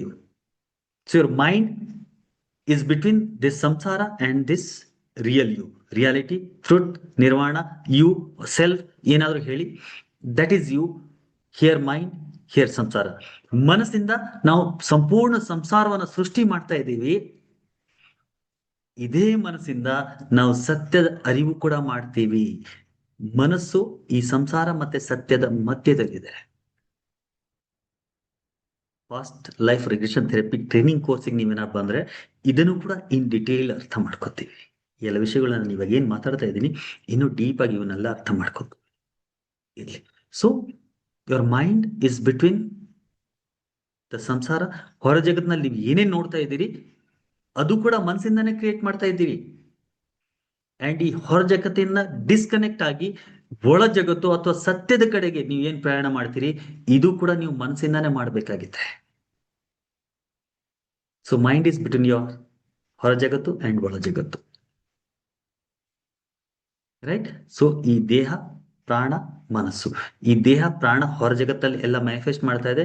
ದೇಹದಿಂದ ಪ್ರಾಣ, ಪ್ರಾಣದಿಂದ ಮನಸ್ಸಿನ ಕಡೆ ಹೋಗಿ ಸತ್ಯದ ಕಡೆ ಯಾತ್ರೆ ಏನಿದೆ, ಆ ಯಾತ್ರೆ ನಾವು ಮಾಡುವಂತ ಪ್ರತಿಯೊಂದು ಇವನ್ ಸಿಂಗಲ್ ಆಸನ ಕೂಡ ಅದೇ ಯಾತ್ರೆ. ಆಸನ, ಪ್ರಾಣಾಯಾಮ, ಧ್ಯಾನ ಮತ್ತೆ ಬೇರೆ ಬೇರೆ ಸಾಧನೆಗಳು ಏನ್ ಮಾಡ್ತೀವಿ, ಆ ಎಲ್ಲ ಸಾಧನೆಗಳು ಆ ಸತ್ಯದ ಅರಿವಿನ ಕಡೆಗೆ, ಆ ಸತ್ಯದ ಕಡೆಗೆ ಅಥವಾ ಒಳ ಯಾತ್ರೆ ಅಂತ ನಾವು ಏನ್ ಹೇಳ್ತೀವಿ, ಆ ಒಳ ಯಾತ್ರೆ ಮಾಡ್ಲಿಕ್ಕೆ ನಾವು ಮಾಡ್ತೀವಿ. ಯಾವಾಗ ನೀವು ಒಳ ಯಾತ್ರೆ ಮಾಡ್ತೀರಿ, ಹೊರಗಿಂದ ಡಿಸ್ಕನೆಕ್ಟ್ ಆಗ್ತೀರಿ, ಹೊರ ಜಗತ್ತಿಂದ ಡಿಸ್ಕನೆಕ್ಟ್ ಆಗ್ತೀರಿ. ಹೊರ ಜಗತ್ತಿಂದ ಡಿಸ್ಕನೆಕ್ಟ್ ಆಗೋದಿದೆಯಲ್ಲ, ದಟ್ ಇಟ್ ಸೆಲ್ಫ್ ಈಸ್ ಕರ್ಮ ನಿರ್ಜರ. ಕರ್ಮಗಳನ್ನ ಕ್ಲೀನ್ಸ್ ಮಾಡೋದು, ಕರ್ಮಗಳನ್ನ ಕಳ್ಚ್ಕೊಳ್ಳೋದು ಅಂತ, ಇನ್ನೇನು ಇಲ್ಲ ಕರ್ಮ. ಯಾವಾಗ ನಿಮ್ಮ ಜೊತೆಗೆ ನೀವು ಕನೆಕ್ಟ್ ಆಗ್ಬಿಡ್ತೀರಿ, ಅವಾಗ ನಿಮ್ಮ ಕರ್ಮನೇ ನಿಮ್ಮ ಧರ್ಮ ಆಗತ್ತೆ, ಅವಾಗ ಕರ್ಮ ಆಗೋದಿಲ್ಲ. ಅದಕ್ಕೆ ನೋಡಿ, ಅರ್ಜುನ ಯುದ್ಧ ಮಾಡುವಾಗ ಹೆದರ್ಕೊಂಡ್ಬಿಟ್ಟ ಫಸ್ಟ್.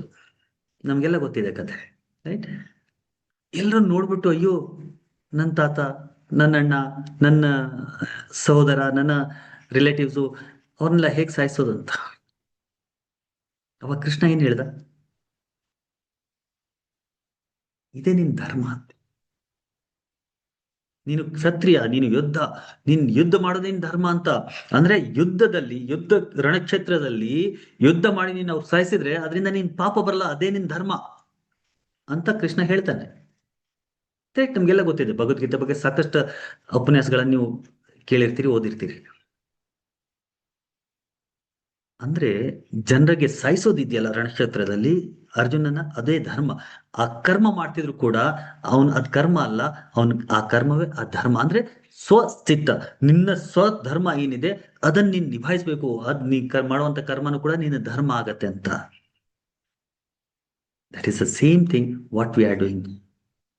ಕರ್ಮ ಶಬ್ದದಿಂದ ಸಾಕಷ್ಟು ಬಲ ಬಿದ್ದ್ಬಿಟ್ಟಿದೆ, ನಮ್ಗೆ ಬಲ ಬೆಳೆಸ್ಬಿಟ್ಟಿದ್ದಾರೆ ಎಷ್ಟೋ ಜನ. ಕೆಟ್ಟ ಕರ್ಮ ಮಾಡ್ಬಿಟ್ಟಿದ್ಯಾ, ಹಿಂಗ್ ಮಾಡ್ಬಿಟ್ಟಿದ್ಯಾ, ಹಂಗ್ ಮಾಡ್, that's all fine. But realising yourself, getting disconnected to the world is ಕರ್ಮ ನಿರ್ಜರ, ಅಥವಾ ಕರ್ಮಗಳನ್ನು ಕಳ್ಚಿಕೊಳ್ಳುವಂತ. ಸೊ ನಾವು ಮಾಡುವಂತ ಯಾವುದೇ ಸಾಧನೆ, not only pranayama my dear, ಪ್ರಾಣಾಯಾಮ ಅಷ್ಟೇ ಅಲ್ಲ, ನೀವು ಏನೇ ಮಾಡ್ತಾ ಇದ್ರು ಕೂಡ ಸಾಧನೆ, ಅದಿಲ್ಲಿ ಏನೇ ಮಾಡ್ತಾ ಇದ್ರು ಕೂಡ, ಇವನ್ ಕರ್ಮಯೋಗ ಅಂತ ನಾವು ಏನ್ ಹೇಳ್ತೀವಿ. ಕರ್ಮಯೋಗ ಅಂದ್ರೆ ಏನು? ನೀವು ಏನ್ ಕರ್ಮ ಮಾಡ್ತಾ ಇದ್ದೀರಿ ನೋಡಿ, ಕರ್ಮನೂ ಕೂಡ ಯೋಗ ಆಗಿದೆ. ಎಷ್ಟು ಬ್ಯೂಟಿಫುಲ್ ಆಗಿದೆ ರೀ ಭಗವದ್ಗೀತೆಯಲ್ಲಿ. ಎಷ್ಟು ನಮ್ಮ ಸನಾತನ ಧರ್ಮದ ಏನೊಂದು ಹೇಳಿಕೆ ಇದೆ, ಏನೇನು ಹೇಳಿದ್ದಾರೆ, ಎಷ್ಟು ಸರಳವಾಗಿದ್ದು, ಎಷ್ಟು ಗೂಢವಾಗಿದೆ ನೋಡಿ. ನೀವು ಮಾಡುವಂತ ಕರ್ಮನು ಕೂಡ ನೀವು ನಿಯತ್ತಿಂದ ಮಾಡ್ತಾ ಇದ್ರೆ ಆ ಕರ್ಮನೇ ಧರ್ಮ ಆಗತ್ತೆ, ಆ ಕರ್ಮನೇ ಕರ್ಮ ಯೋಗ ಆಗತ್ತೆ ಅಂತ ಹೇಳ್ತೀವಿ. ಆ ಕರ್ಮನೇ ಧರ್ಮ ಆಗತ್ತೆ. ಸೊ ಕರ್ಮನ ಕಳ್ಕೊಳ್ಳೋದು ಅಥವಾ ಕರ್ಮಗಳನ್ನ ನಿರ್ಜರೆ ಮಾಡೋದು, ಕರ್ಮಗಳನ್ನ ಬಿಡೋದಂದ್ರೆ ಇಟ್ ಈಸ್ ನಾಟ್, ಕರ್ಮ ಮಾಡೋದೇ ಇರೋದಲ್ಲ. ಸೊ ನೀವು ಏನ್ ಕರ್ಮ ಮಾಡ್ತಾ ಇದ್ರೆ ಅದ್ರ ಜೊತೆಗೆ ನಿಮ್ಮ ಏನ್ ಇಂಟೆನ್ಷನ್ ಅಡಗಿದೆ, ಏನ್ ಇಂಟೆನ್ಷನ್ ಅಟ್ಯಾಚ್ ಆಗಿದೆ, ದಟ್ ವಿಲ್ ಡಿಸೈಡ್ ಕಿ ಅದು ಕರ್ಮ ಆಗುತ್ತೋ ಅಥವಾ ಧರ್ಮ ಆಗತ್ತೆ. ನೀವು ಮಾಡುವಂತ ದಿನನಿತ್ಯದ ನಿಮ್ಮ ಕೃತ್ಯ ಏನಿದೆ ಅಥವಾ ನಿಮ್ಮ ಒಂದು ವೃತ್ತಿ ಏನಿದೆ ಅದನ್ನು ಕೂಡ ನೀವು ನಿಯತ್ತಿಂದ ಮಾಡ್ತಾ ಇದ್ದೀರಂದ್ರೆ that itself will become dharma for you. Clear? So the bottom line is, ನೀವೇನ್ ಮಾಡ್ತಾ ಇದ್ದೀರಿ ಪ್ರಾಮಾಣಿಕತೆಯಿಂದ ಮಾಡಿ. ಅದರ ಜೊತೆಗೆ ಸ್ವಲ್ಪ ಯಾವ್ದಾದ್ರು ಸಾಧನೆ, ನೀವ್ ಏನ್ ಮಾಡ್ಲಿಲ್ಲ ಕೂಡ ಚಿಂತೆ ಇಲ್ಲ, ಬಟ್ ನೀವೇನ್ ಕೆಲಸ ಮಾಡ್ತಾ ಇದ್ದೀರಿ, ಒಂದು ಕಂಪ್ನಿಯಲ್ಲಿ ಜಾಬ್ ಮಾಡ್ತಾ ಇದ್ದೀರಿ, ಆ ಜಾಬ್ನ ನೀವು ಕಂಪ್ಲೀಟ್ ನಿಯತ್ತಿಂದ ಮಾಡಿ. ರೈಟ್? ನೀವು ತಂದೆ ಆಗಿರ್ಬೋದು, ತಂದೆ ಆಗಿದ್ರೆ ಮಕ್ಕಳಿಗೆ ನಿಮ್ದೇನ್ ಧರ್ಮ ಇದೆ ಆ ಧರ್ಮ ನಿಭಾಯಿಸಿ. ನೀವು ಗಂಡ ಆಗಿದ್ರೆ ಹೆಂಡತಿಗೆ ಏನ್ ಮಾಡ್ಬೇಕು ಅದನ್ನ ಮಾಡಿ, ಹೆಂಡತಿ ಆಗಿದ್ರೆ ಗಂಡನ್ಗೆ ಏನ್ ಮಾಡ್ಬೇಕು ಅದನ್ನ ಮಾಡಿ. ಮಕ್ಕಳಾಗಿದ್ರೆ ತಂದೆ ತಾಯಿಗೆ ನೀವು ಏನ್ ಧರ್ಮ ಮಾಡ್ಬೇಕು, ಪುತ್ರ ಧರ್ಮ, ಅದನ್ನ ನಿಭಾಯಿಸಿ. ಅಂದ್ರೆ ನಿಮ್ಮ ಡ್ಯೂಟೀಸ್ ನ ನಿಭಾಯಿಸೋದಿದೆಯಲ್ಲ, ಆ ಡ್ಯೂಟೀಸ್ನು ಕೂಡ ಚಾಚು ತಪ್ಪದೆ ನೀವು ನಿಭಾಯಿಸ್ತಾ ಇದ್ದೀರಾ ಅಂದ್ರೆ that itself will become your ಧರ್ಮ. ಆ ಕರ್ಮನೇ ನಿಮ್ಮ ಧರ್ಮ ಆಗಿರುತ್ತೆ. ಕ್ಲಿಯರ್? ಸೊ ನೀವ್ ಏನೇ ಮಾಡ್ತಾ ಇದ್ರು ಕೂಡ ನಿಸ್ವಾರ್ಥ ಭಾವದಿಂದ ಮಾಡ್ತಾ ಇದ್ದೀರಂದ್ರೆ ಅದೇ ನಿಮ್ಮ ಕರ್ಮಗಳನ್ನ ಕಳಿಸ್ಕೊಳ್ಳಿಕ್ಕೆ ನಿಮ್ಗೆ ಸಹಾಯ ಮಾಡುತ್ತೆ. Clear Krishnaji and everybody?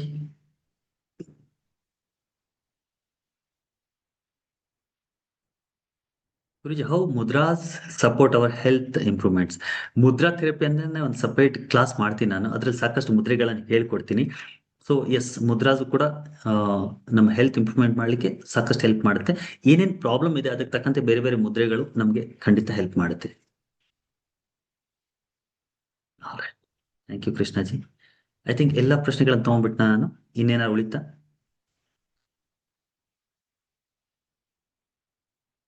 R you with me so far? ತುಂಬಾ ತಲೆ ತಿಂದ್ಬಿಟ್ನಾ?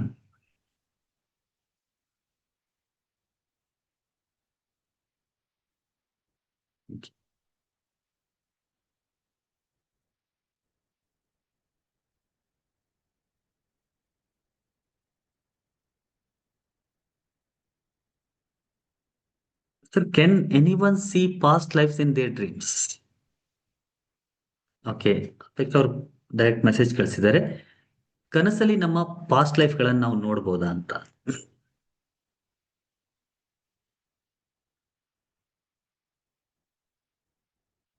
ಮಂತ್ರ ಜಪದ ಸಾಧನೆ ಆಗುತ್ತಾ? ಎಸ್, ಮಂತ್ರ ಜಪ ಕೂಡ ಒಂದು ಸಾಧನೆನೆ. ಕನಸಲ್ಲಿ ನಮ್ಮ ಪಾಸ್ಟ್ ಲೈಫ್ ನ ನೋಡ್ಬೋದು. ಎಸ್ ಅಪೇಕ್ಷೆ, ನೋಡ್ಬೋದು. ಸೊ ಡ್ರೀಮ್ ಥೆರಪಿ ಅಂತಾನೆ ಒಂದ್ ಮಾಡ್ತೀವಿ. ಜೊತೆಗೆ ಕನಸಲ್ಲಿ ನಮ್ಮ ಪಾಸ್ಟ್ ಲೈಫ್ ನ ಹೇಗೆ ಎಕ್ಸೆಸ್ ಮಾಡೋದು ಅದರದ್ದು ಒಂದು ಪ್ರಾಸೆಸ್ ಇದೆ. ನೀವೇನಾದ್ರೂ past life regression therapy training ಕೋರ್ಸಿಗೆ ಬಂದ್ರೆ ಅಲ್ಲೆಲ್ಲ ಅದನ್ನ ಇನ್ ಡೀಟೇಲ್ ಕಲಿತೀವಿ. ಓಕೆ, ಸೊ ನಮ್ಮ ಕನಸುಗಳ ಮುಖಾಂತರ, ನಮ್ ಕನಸಿದೆಯಲ್ಲ, it is very mysterious thing. ಅದರ at the same time it is very powerful thing also. ಅದರ ಅರಿವು ನಮ್ಗಿಲ್ಲ. ಹಂಗಾಗಿ ರಾತ್ರಿ ಎಲ್ಲ ಕನಸು ಬೀಳುತ್ತೆ, ಅದನ್ನ ಹಂಗೆ ವೇಸ್ಟ್ ಮಾಡ್ತಾ ಇದ್ದೀವಿ.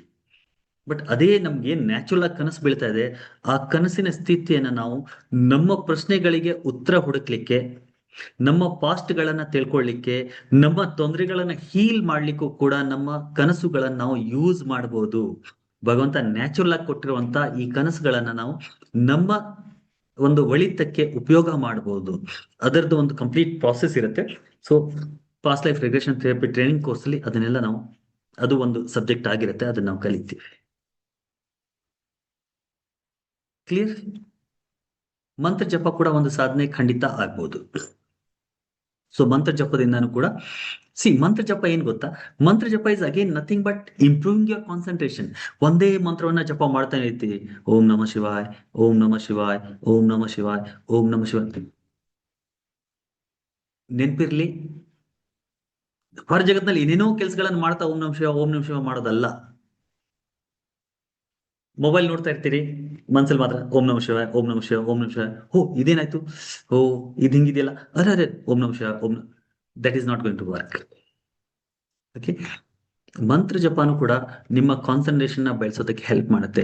ನಿಮ್ಮ ಮನಸ್ಸನ್ನ ಹದಗೊಳಿಸೋದಕ್ಕೆ ಹೆಲ್ಪ್ ಮಾಡುತ್ತೆ. ಮನನ ತ್ರಾಯತಿ ಇತಿ ಮಂತ್ರ ಅಂತ ಹೇಳ್ತೀವಿ. ಮಂತ್ರಕ್ಕೆ ಡೆಫಿನೇಷನ್ ಮನನ ತ್ರಾಯತಿ ಇತಿ ಮಂತ್ರ ಅಂದ್ರೆ ಮನಸ್ಸನ್ನ ಹದಗೊಳಿಸೋದು, ಮನಸ್ಸನ್ನ ಟ್ರೈನ್ ಮಾಡೋದು, ಮನಸ್ಸನ್ನ ಸಂಪೂರ್ಣ ಕಂಟ್ರೋಲ್ ಮಾಡೋದು ಮಂತ್ರ. ಸೊ ಯಾವುದೇ ಮಂತ್ರ ಜಪ ನೀವು ಮಾಡ್ತಾ ಇದ್ದೀರಿ ಅಂದ್ರೂ ಕೂಡ ದಟ್ ಈಸ್ ದ ಬಿಗ್ಗೆಸ್ಟ್ ಸಾಧನೆ.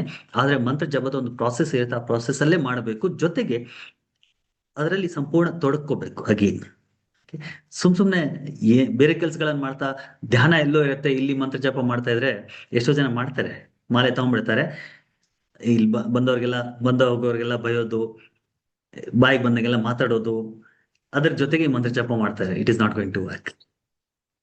ಅದು ವೇಸ್ಟ್ ಆಫ್ ಟೈಮ್ ಅಷ್ಟೇ.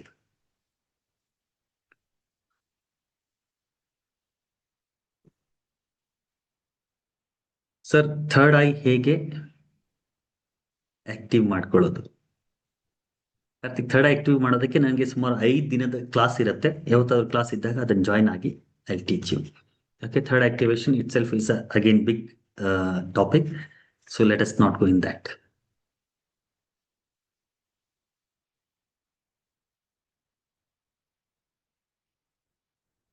ಸಜ್ಜನರ ಸಂಘವನ್ನು ಹೆಜ್ಜೇನು ಸವಿದಂತೆ. Yes Lakshmiji, thank you so much.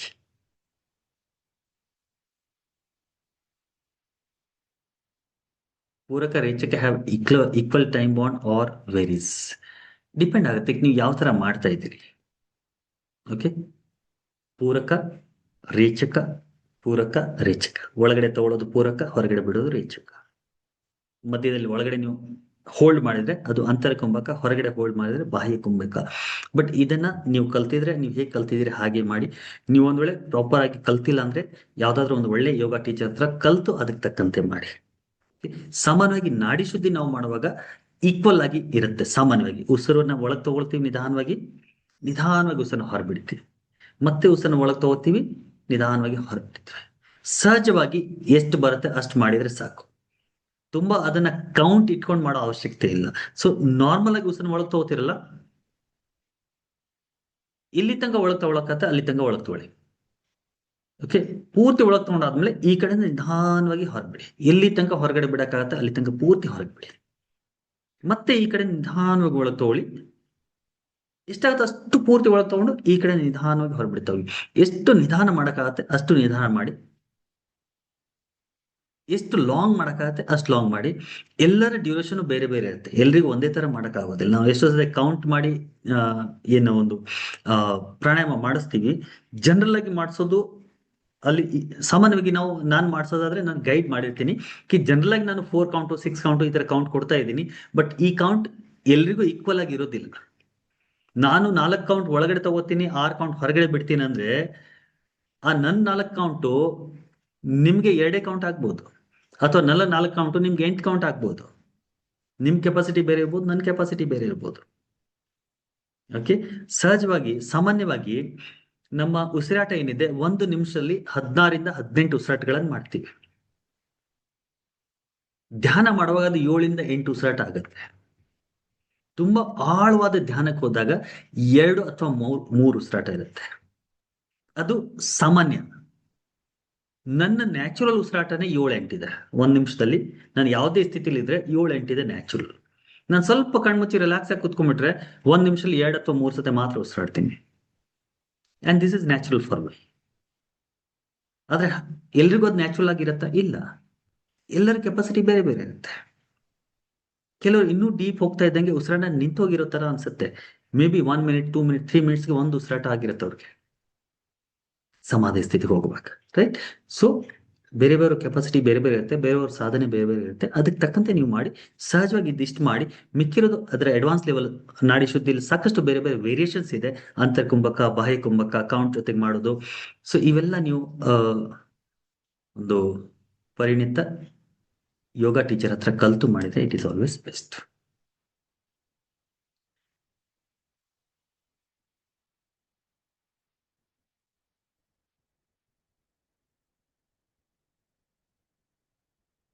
Sir, ಜಪ ಮತ್ತು ಮೆಡಿಟೇಷನ್ ಮಾಡೋದ್ರಿಂದ ಮೆಟಲಿಸ್ಟಿಕ್ ವರ್ಲ್ಡ್ ಅಲ್ಲಿ ಏನ್ ಬೇಕಾದ್ರೂ ಪಡಿಬಹುದಾ?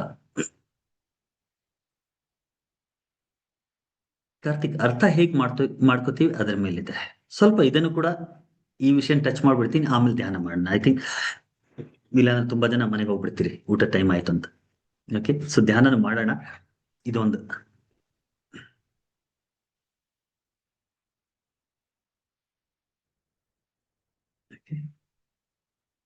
ಸರ್, ಚಂದ್ರ ಹೆಣ್ಣು ಗಂಡು ಒಂದೊಂದ್ರಲ್ಲಿ ಒಂದೊಂದ್ ತರ ಇದೆ.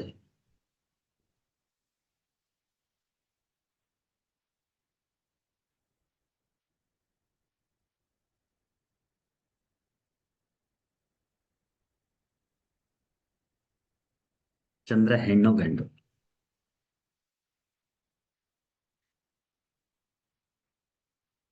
ಸಾಮಾನ್ಯವಾಗಿ ಚಂದ್ರ ಅಂದ್ರೆ ಹೆಣ್ಣು, ಸೂರ್ಯ ಅಂದ್ರೆ ಗಂಡು ಅಂತ ಹೇಳ್ತೀವಿ.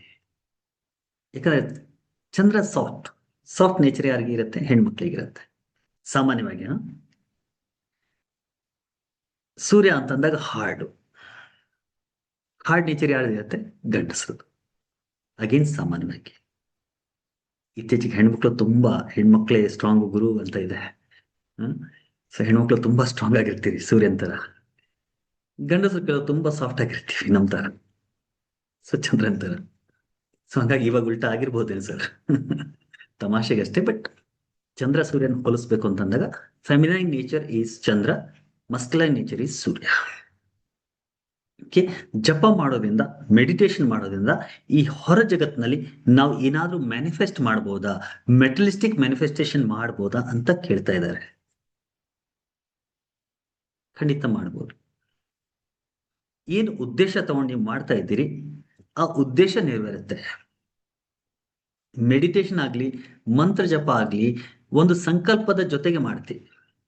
ಆ ಸಂಕಲ್ಪ ಏನಿದೆ, ನಂದು ಇದೆ ಸಂಕಲ್ಪಪ್ಪ. ಈ ಸಂಕಲ್ಪ ತಗೊಂಡು ನೀವು ಯಾವುದೋ ಒಂದು ಮಂತ್ರ ಜಪ ಮಾಡ್ತೀರಾ ಅಥವಾ ಯಾವುದೋ ಒಂದು ಮೆಡಿಟೇಷನ್ ಮಾಡ್ತೀರಿ, ಈ ಮೆಡಿಟೇಷನ್ ಅಥವಾ ಮಂತ್ರ ಜಪ ಏನಿದೆ ಈ ಸಂಕಲ್ಪವನ್ನ ಫುಲ್ಫಿಲ್ ಮಾಡ್ಲಿಕ್ಕೆ ನಿಮ್ಗೆ ಸಹಾಯ ಮಾಡುತ್ತೆ ಅಷ್ಟೇ. ಬಿಕಾಸ್ ಅವಾಗ್ಲೇ ಹೇಳಿದೆ, ಮೈಂಡ್ ಈಸ್ ಬಿಟ್ವೀನ್ ದ ಸತ್ಯ, the truth, the god and ಸಂಸಾರ, ದ ಮೆಟಲಿಸ್ಟಿಕ್ ವರ್ಲ್ಡ್. ಮನಸ್ಸಿಂದಾನೇ ಮೆಟಲಿಸ್ಟಿಕ್ ವರ್ಲ್ಡ್ ಕೂಡ ನಾವು ಮ್ಯಾನಿಫೆಸ್ಟ್ ಮಾಡ್ತಾ ಇದ್ದೀವಿ, ಮನಸ್ಸಿಂದಾನೇ ಸತ್ಯದ ಅರಿವು ಕೂಡ ನಾವು ಮಾಡ್ಕೊತಾ ಇದ್ದೀವಿ. ಮನಸ್ಸು ಮಧ್ಯದಲ್ಲಿದೆ. ಸೊ ಮನಸ್ಸಿಗೆ ಸಂಬಂಧಪಟ್ಟಿದ್ದು ಮಂತ್ರ, ಮನಸ್ಸಿಗೆ ಸಂಬಂಧಪಟ್ಟಿದ್ದು ಮೆಡಿಟೇಷನ್. ಸೊ ಮೆಡಿಟೇಷನ್, ಮಂತ್ರ ಮನಸ್ಸಿಗೆ ಸಂಬಂಧಪಟ್ಟಿರೋದ್ರಿಂದ ಮನಸ್ಸಿಗೆ ನೀವು ಒಂದು ಸಂಕಲ್ಪ ಕೊಡ್ಬೇಕು. ನೋಡು, ಈ ಸಂಕಲ್ಪ ಇದೆ, ಇದಕ್ಕೆ ನಾನು ಇದನ್ನ ಮಾಡ್ತಾ ಇದ್ದೀನಿ ಅಂತಂದಾಗ ಮನಸ್ಸು ಅದನ್ನ ಮ್ಯಾನಿಫೆಸ್ಟ್ ಮಾಡುತ್ತೆ. ನೀವು ಮಂತ್ರ ಜಪ ದೇವರನ್ನ ಪಡೆಯೋದಕ್ಕೆ ಮಾಡಿದ್ರೆ ನೀವು ದೇವರನ್ನ ಪಡಿತೀರಿ. ಮಂತ್ರ ಜಪ ನೀವು ಒಂದು ರಾಜ ಆಗ್ಬೇಕು, ಒಂದು ಕಿಂಗ್ ಆಗ್ಬೇಕು ಅಂತ ಮಾಡಿದ್ರೆ ಆ ಮಂತ್ರ ಜಪದಿಂದ ನಿಮ್ಮ ಒಂದು ಡ್ರೈವ್ ಏನಿದೆ ಆ ಕಡೆ ಆಗತ್ತೆ. ಹಾಗಾದ್ರೆ ಬರೀ ಮಂತ್ರ ಜಪ ಮಾಡೋದ್ರಿಂದ, ಮೆಡಿಟೇಷನ್ ಮಾಡೋದ್ರಿಂದ ಎಲ್ಲ ಆಗ್ಬಿಡತ್ತಾ? ಇಲ್ಲ. ಬರೀ ಮೆಡಿಟೇಷನ್ ಮಾಡೋದ್ರಿಂದ, ಮಂತ್ರ ಜಪ ಮಾಡೋದ್ರಿಂದ ಆಗಲ್ಲ. ಅದು ನಿಮ್ಗೆ ದಾರಿಗಳನ್ನು ಓಪನ್ ಮಾಡಿಕೊಡತ್ತೆ. ಆ ದಾರಿಗಳು ಓಪನ್ ಮಾಡಿದಾಗ ಆ ದಾರಿ ಮೇಲೆ ನೀವು ನಡಿಬೇಕು. ಇಲ್ಲಿ ಮನೆಯಲ್ಲಿ ಕೂತ್ಕೊಂಡು ಮಂತ್ರ ಜಪ ಮಾಡ್ತಾ ಇದ್ದೀನಿ, ಕೋಟ್ಯಾಂತರ ರೂಪಾಯಿ ನನ್ನ ಮೇಲೆ ಸುರಿಯತ್ತೆ, ಮಳೆ ತರ ಬರತ್ತಂದ್ರೆ ಬರೋದಿಲ್ಲ. ಆದ್ರೆ ಸಂಕಲ್ಪ ಅದೇ, ನಾನು I want to become rich. ಅದ್ರ ಜೊತೆಗೆ ಯಾವುದೋ ಒಂದು ಮಂತ್ರ ಜಪ ಮಾಡ್ತಾ ಇದ್ದೀರಿ. ಆ ಮಂತ್ರ ಜಪ ಮಾಡುವಾಗ ನೀವು ರಿಚ್ ಆಗ್ಲಿಕ್ಕೆ, ನೀವು ದುಡ್ಡು ದುಡಿಲಿಕ್ಕೆ ಹೊಸ ದಾರಿಗಳು ಓಪನ್ ಆಗ್ತವೆ.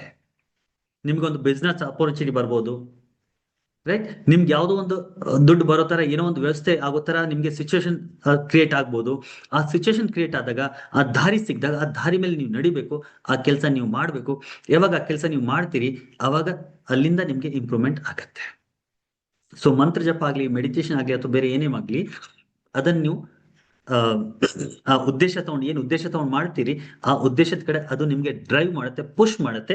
ನಿಮ್ ಪುಷ್ ಮಾಡಿದಾಗ ನೀವು ಅದ್ರ ಕಡೆ ನಡಿಬೇಕು. ನಡೆದಾಗ ನೀವು ಏನ್ ಪಡಿಬೇಕು ಅಂತ ಇರ್ತೀರಿ ಅದನ್ನ ನೀವು ಪಡಿತೀರಿ. ಕ್ಲಿಯರ್? ಇಷ್ಟು ಸಾಕನ್ಸತ್ತೆ. ಒಂದು ಧ್ಯಾನ ಮಾಡೋಣ. ಧ್ಯಾನ ಆದ್ಮೇಲೆ ಇನ್ನೂ ಸ್ವಲ್ಪ ಹೊತ್ತು ಉಳಿತೀರಂದ್ರೆ ನಿಮ್ಗೆ ಯಾರಿಗೆ, ಯಾಕಂದ್ರೆ ತುಂಬಾ ಜನ ಜಾಸ್ತಿ ಹೊತ್ತು ಇರಲ್ಲ. ಆ ಸಂಕಲ್ಪ ಹೇಗೆ ಮಾಡೋದು ಸರ್? ಇವಾಗ ಮಾಡೋಣ, ಇವಾಗ ಮಾಡಿಸ್ತೀನಿ. ಓಕೆ, ಸಂಕಲ್ಪ ಸಿದ್ಧಿ ಧ್ಯಾನ ಮಾಡೋಣ. ಒಂದು 15 to 20 minutes ಮೆಡಿಟೇಷನ್, ಅದನ್ನ ಮಾಡೋಣ.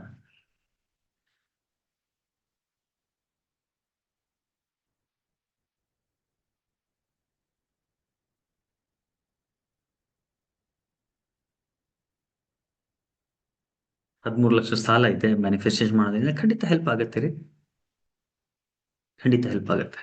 Okay, all right. ಸೊ 2 ವಿಷಯಗಳನ್ನ ಇನ್ಫಾರ್ಮೇಶನ್ ಕೊಟ್ಬಿಡ್ತೀನಿ, ಆಮೇಲೆ ಮೆಡಿಟೇಷನ್ ಮಾಡೋಣ.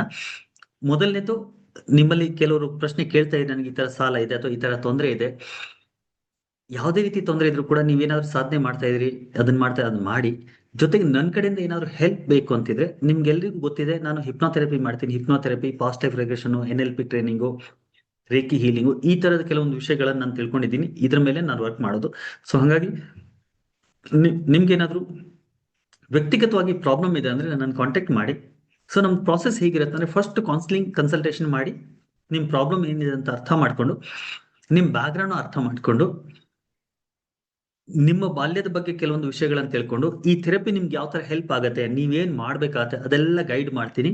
ಅದೆಲ್ಲ ಆದ್ಮೇಲೆ, ಕನ್ಸಲ್ಟೇಷನ್ ಆದ್ಮೇಲೆ ನಿಮ್ಗೆ ಈ ಥೆರಪಿಯಿಂದ ಹೆಲ್ಪ್ ಮಾಡಕ್ ಆಗತ್ತಂತ ನಿಮ್ಗೆ ಅನ್ಸಿದ್ರೆ ಮಾತ್ರ, ನನಗೂ ನಿಮ್ಗೆ ಈ ಥೆರಪಿಯಿಂದ ಹೆಲ್ಪ್ ಮಾಡಬಹುದು ಅನ್ಸಿದ್ರೆ ಮಾತ್ರ ಥೆರಪಿ ಸೆಷನ್ ಕಂಟಿನ್ಯೂ ಮಾಡ್ತೀವಿ.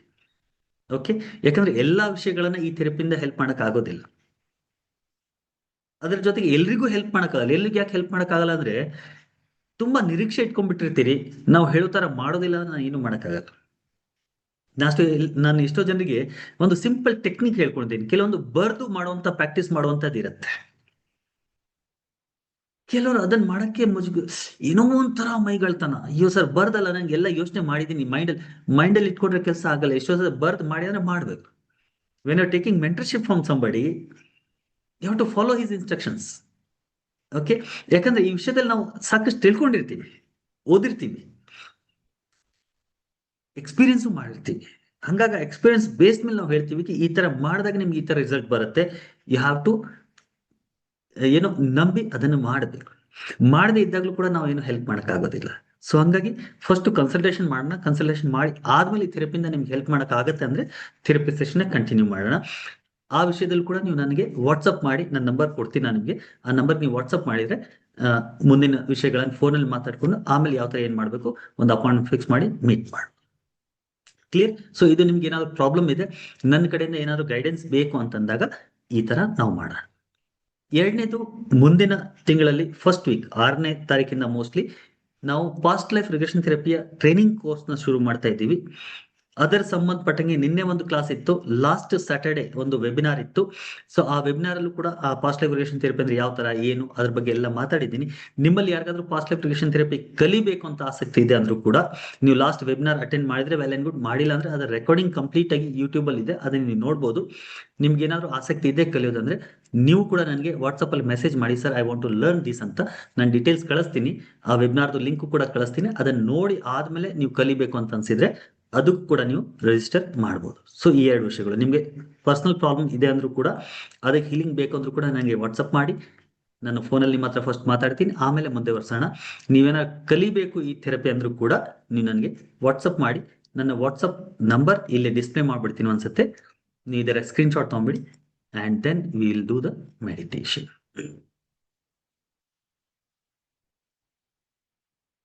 So here it is. ಈ ಸ್ಕ್ರೀನ್ದು ಸ್ಕ್ರೀನ್ ಶಾಟ್ ತಗೊಂಡ್ಬಿಡಿ. ಇದೆರಡು ನನ್ನ ನಂಬರು, 2 ನಂಬರ್ ವಾಟ್ಸಪ್ ಅಲ್ಲಿ ಇದೆ. ಸೊ ಯಾವ್ದಾದ್ರು ಒಂದು ನಂಬರ್ ಮೇಲೆ ನೀವು ನನಗೆ ವಾಟ್ಸಪ್ ಮಾಡಿ. 9886922501 and 7892291425.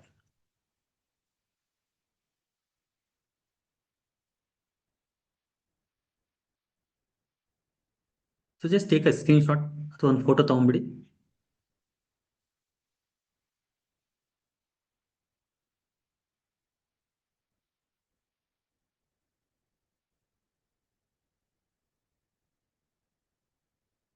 ಫೀಸ್ ಎಷ್ಟು ಸರ್?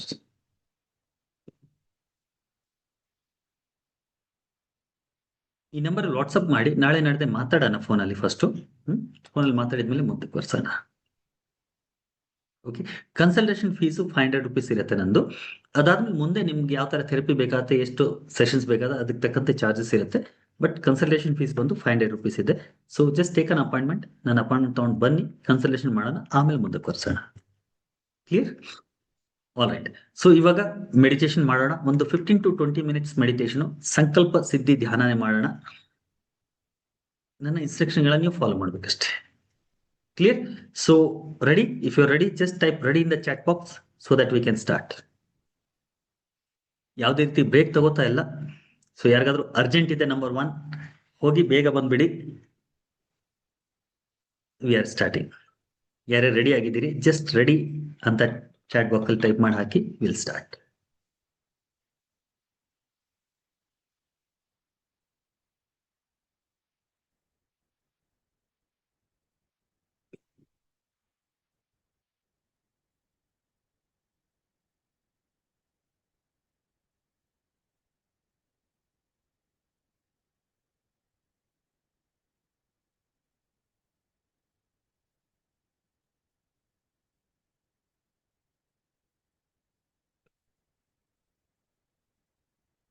All right.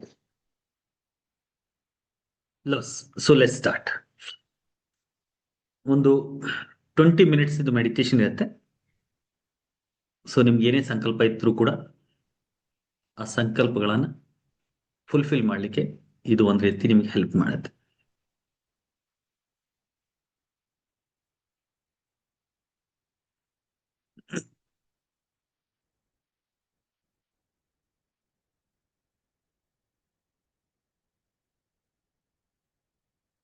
ಇವತ್ತಿನ ಕ್ಲಾಸ್ ಮತ್ತೆ ಈ ತರದ ಕ್ಲಾಸಸ್ಗಳು ನಿಮ್ಗೆ ಏನಾದ್ರು ಇಷ್ಟ ಆಗ್ತಾ ಇದೆ ಅಂದ್ರೆ ನೀವು ಗೂಗಲ್ ಅಲ್ಲಿ ಹೋಗಿ ನನಗೆ ಒಂದು ರಿವ್ಯೂ ಕೊಡಬಹುದು.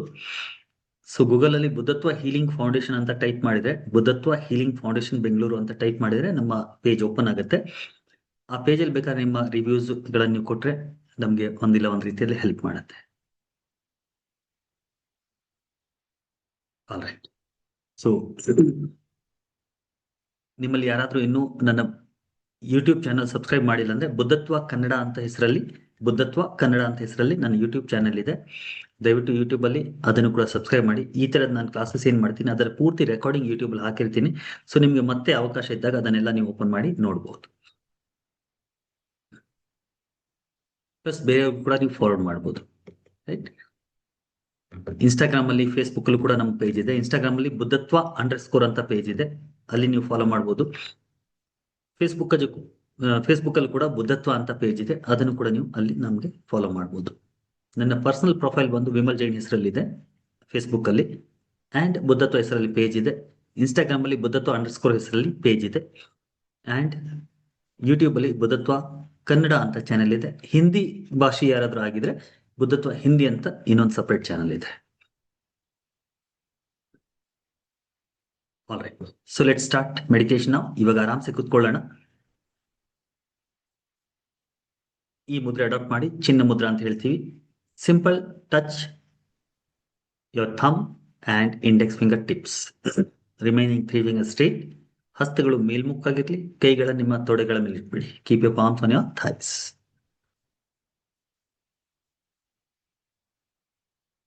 ಬೆನ್ನು ಕತ್ತು ನೇರವಾಗಿರಿಸಿ, ನಿಧಾನವಾಗಿ ಕಣ್ಣುಗಳನ್ನು ಮುಚ್ಚಿ. Close your eyes.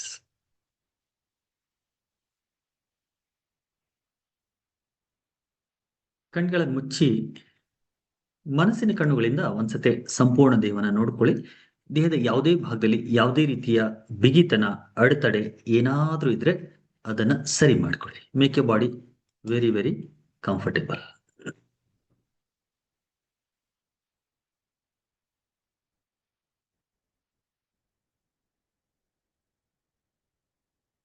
ದೇಹವನ್ನ ಕಂಫರ್ಟಬಲ್ ಆಗಿಟ್ಕೊಂಡು ನಿಮ್ಮ ಗಮನ ನಿಮ್ಮ ಉಸಿರಾಟದ ಮೇಲೆ ತಂದು ಒಂದೆರಡು ಆಳವಾದ ಉಸಿರಾಟಗಳನ್ನು ಮಾಡಿ. Deep breathing. ಪೂರ್ತಿ ಉಸಿರನ್ನ ನಿಧಾನವಾಗಿ ಒಳಗೆ ಎಳ್ಕೊಳ್ಳಿ. ಪೂರ್ತಿ ಉಸಿರನ್ನ ನಿಧಾನವಾಗಿ ಹೊರಬಿಡಿ.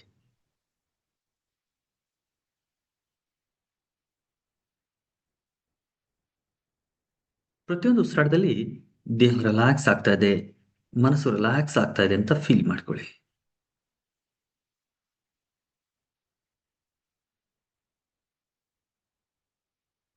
With your each incoming and outgoing breath, just feel that you're diving into deeper and deeper, deeper and deeper, deeper and deeper relaxed state.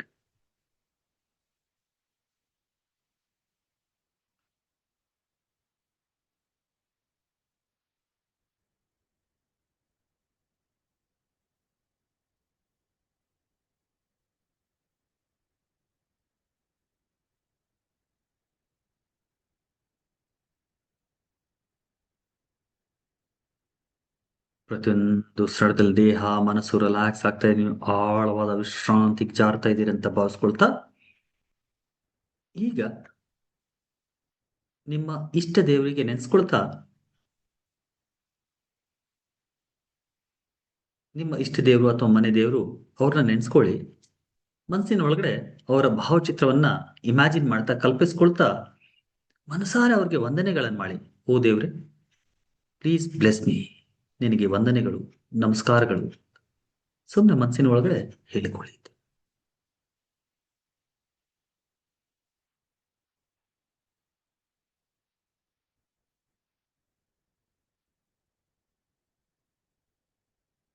ನಿಮ್ಮ ಗುರುಗಳಿಗೆ ನೆನೆಸ್ಕೊಳ್ಳಿ. ನೀವು ನಂಬಿರುವಂತ ಗುರು ಇರ್ಬೋದು, ನಿಮ್ಮ ಮನೆ ಗುರು ಇರ್ಬೋದು, ನಿಮ್ಮ ಕುಲಗುರು ಇರ್ಬೋದು.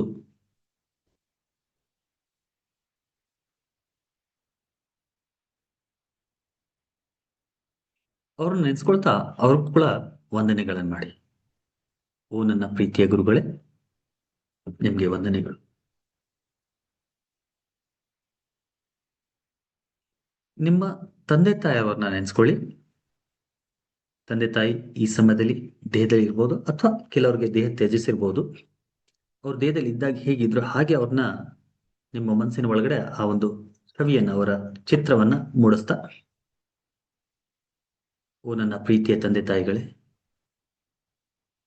ನಾನು ನಿಮ್ಗೆ ನಮಿಸುವೆ, ನಮನಗಳು, ವಂದನೆಗಳು, ನಮಸ್ಕಾರ ಅಂತ ಹೇಳ್ತಾ ಅವ್ರಿಗೆ ವಂದನೆಗಳನ್ನು ಮಾಡಿ. ನಿಮ್ಮ ಇಷ್ಟ ದೇವರು, ನಿಮ್ಮ ಗುರುಗಳು, ನಿಮ್ಮ ತಂದೆ ತಾಯಿ ನಿಮ್ಗೆ ಆಶೀರ್ವಾದ ಕೊಡ್ತಾ ಇದ್ದಾರೆ, ಬ್ಲೆಸ್ ಮಾಡ್ತಾ ಇದ್ದಾರೆ ಅಂತ ಭಾವಿಸ್ಕೊಳ್ತಾ, ಅವರ ಬ್ಲೆಸ್ಸಿಂಗು ಒಂದು ದಿವ್ಯ ಬೆಳಕಿನ ರೂಪದಲ್ಲಿ ಬಂದು ನಿಮ್ಮ ತಲೆಯಿಂದ ನಿಮ್ಮ ದೇಹದ ಒಳಗಡೆ ಪ್ರವೇಶ ಮಾಡ್ತಾ ಇದೆ ಅಂತ ಫೀಲ್ ಮಾಡ್ಕೊಳ್ಳಿ.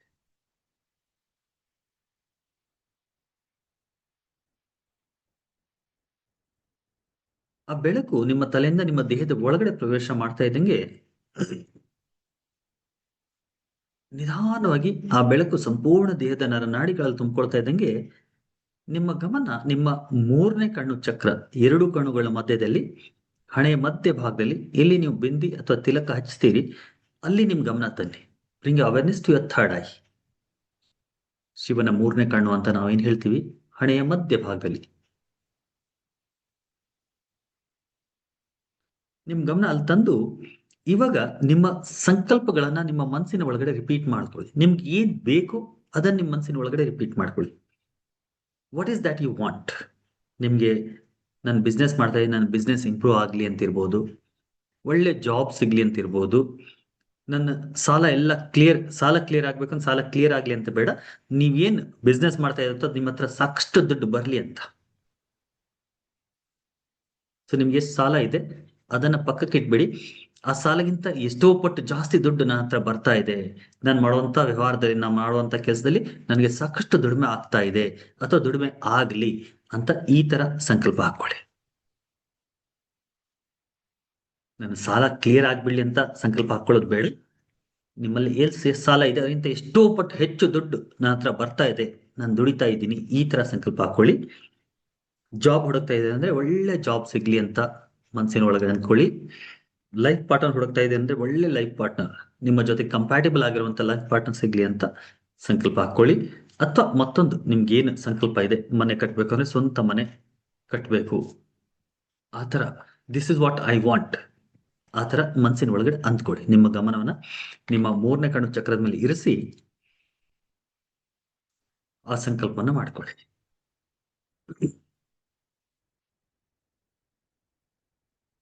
ತುಂಬಾ ಜಾಸ್ತಿ ಗಿಜಿಬಿಜಿ ಮಾಡಬೇಡಿ. 2, 3 ಅಥವಾ ಹೆಚ್ಚಾದ್ರೆ 5 ಸಂಕಲ್ಪಗಳನ್ನ ನೀವು ಮಾಡ್ಕೋಬಹುದು ಒಂದೇ ಸತಿ. ತುಂಬಾ ಜಾಸ್ತಿ ಮಾಡಕ್ ಹೋಗ್ಬೇಡಿ. 1 ಆರ್ 2 ಇದ್ರೆ it is always best. So ಯಾವುದು ಪ್ರಿಯಾರಿಟಿಲಿ ಇದೆ ಅದನ್ನ ಇಟ್ಕೊಂಡು just this is what I want, ನನಗೆ ಇದು ಬೇಕು ಅಂತ ಅಂದ್ಕೊಂಡ್ರೆ ಸಾಕು ಮನಸ್ಸಲ್ಲಿ.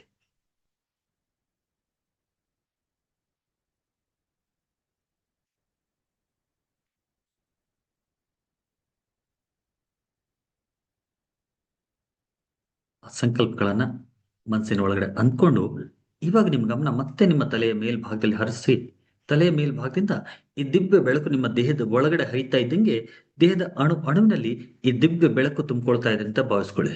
ನಿಮ್ಮ ಇಷ್ಟ ದೇವರ, ನಿಮ್ಮ ಗುರುಗಳ, ನಿಮ್ಮ ತಂದೆ ತಾಯಿಯ ಬ್ಲೆಸ್ಸಿಂಗು ಒಂದು ದಿವ್ಯ ಬೆಳಕಿನ ರೂಪದಲ್ಲಿ ಬಂದು ನಿಮ್ಮ ತಲೆಯಿಂದ ನಿಮ್ಮ ದೇಹದ ಒಳಗಡೆ ಪ್ರವೇಶ ಮಾಡದ ದೇಹದ ಅಣುವಿನಲ್ಲಿ ಸಂಚರಿಸ್ತಾ ಇದೆ ಅಂತ ಭಾವಿಸ್ಕೊಳ್ಳಿ, ಫೀಲ್ ಮಾಡ್ಕೊಳ್ಳಿ. ಈ ಬೆಳಕು ನಿಮ್ಮ ದೇಹದಲ್ಲಿ ಹರಿತಾ ಇದ್ದಂಗೆ ನಿಮ್ಮ ಸ್ಕ್ಯಾಲ್ಪು ನಿಮ್ಮ ಮೆದುಳಲ್ಲಿ ತುಂಬಿಕೊಳ್ತಾ ನಿಮ್ಮ ಮೆದುಳು ಈ ದಿವ್ಯ ಬೆಳಕಿಂದ ತುಂಬಿ ತೊಳಗ್ತಾ ಇದೆ ಅಂತ ಭಾವಿಸ್ಕೊಳ್ಳಿ. ನಿಧಾನವಾಗಿ ಬೆಳಕು ನಿಮ್ಮ ಹಣೆ, ನಿಮ್ಮ ಕಣ್ಣುಗಳಲ್ಲಿ ಹರಿತಾ ಇದೆ. ಕಣ್ಣುಗಳು, ಕಣ್ಣಿನ ರೆಪ್ಪೆಗಳು, ಗುಡ್ಡೆಗಳಲ್ಲಿ ಆಳವಾದ ವಿಶ್ರಾಂತಿ ಅನುಭವ ನಿಮ್ಗೆ ಆಗ್ತಾ ಇದೆ.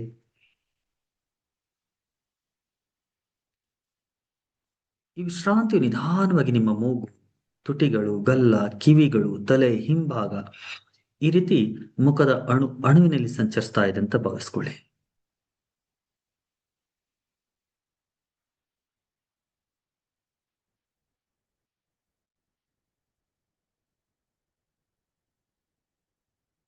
ನಿಧಾನವಾಗಿ ದಿವ್ಯ ಬೆಳಕು ನಿಮ್ಮ ಕುತ್ತಿಗೆ ಮತ್ತು ಧ್ವನಿ ಪೆಟ್ಟಿಗೆಯಲ್ಲಿ ಹರಿತಾ ಇದೆ ಅಂತ ಭಾವಿಸ್ಕೊಳ್ಳಿ. ಈ ದಿವ್ಯ ಬೆಳಕು ನಿಧಾನವಾಗಿ ನಿಮ್ಮ ಭುಜಗಳಲ್ಲಿ ಹರಿತಾ ನಿಮ್ಮ shoulder joints, upper arms, elbow joints, lower arms, wrist joints, ಹಸ್ತಗಳು, ಎಲ್ಲ ಕೈಗಳ ಬೆರಳುಗಳಲ್ಲಿ ಹರಿತಾ ಇದೆ ಅಂತ ಭಾವಿಸ್ಕೊಳ್ಳಿ.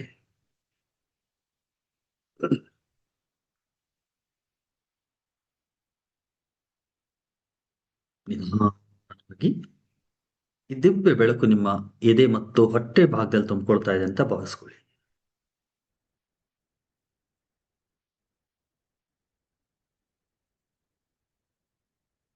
ನಿಧಾನ ಈ ಬೆಳಕು ನಿಮ್ಮ ಬೆನ್ನಿನಲ್ಲಿ ಹರಿತಾ ಇದೆ. ನಿಮ್ಮ ಸಂಪೂರ್ಣ ಬೆನ್ನು, ಮೇಲ್ಬೆನ್ನು, ಮಧ್ಯದ ಬೆನ್ನು, ಕೆಳಬೆನ್ನು, ಬೆನ್ನಿನ ಹುರಿಲೆಲ್ಲ ತುಂಬಿಕೊಳ್ತಾ ಇದೆ.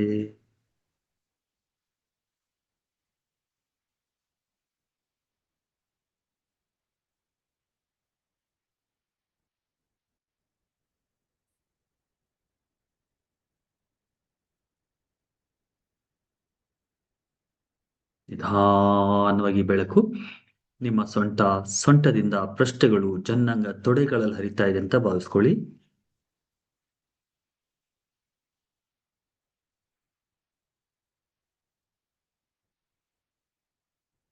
ಈ ಬೆಳಕು ನಿಧಾನವಾಗಿ ನಿಮ್ಮ ತೊಡೆಗಳಿಂದ ಮಂಡಿಗಳು, ಕಾಲು ಕಂಬಗಳು, ಮೀನುಕಂಡಗಳ ಮುಖಾಂತರ ನಿಮ್ಮ ಹಿಮ್ಮಡಿಗಳು, ಪಾದಗಳು, ಕಾಲಿನ ಎಲ್ಲ ಬೆರಳುಗಳಲ್ಲಿ ಹರಿತಾ ಇದೆ.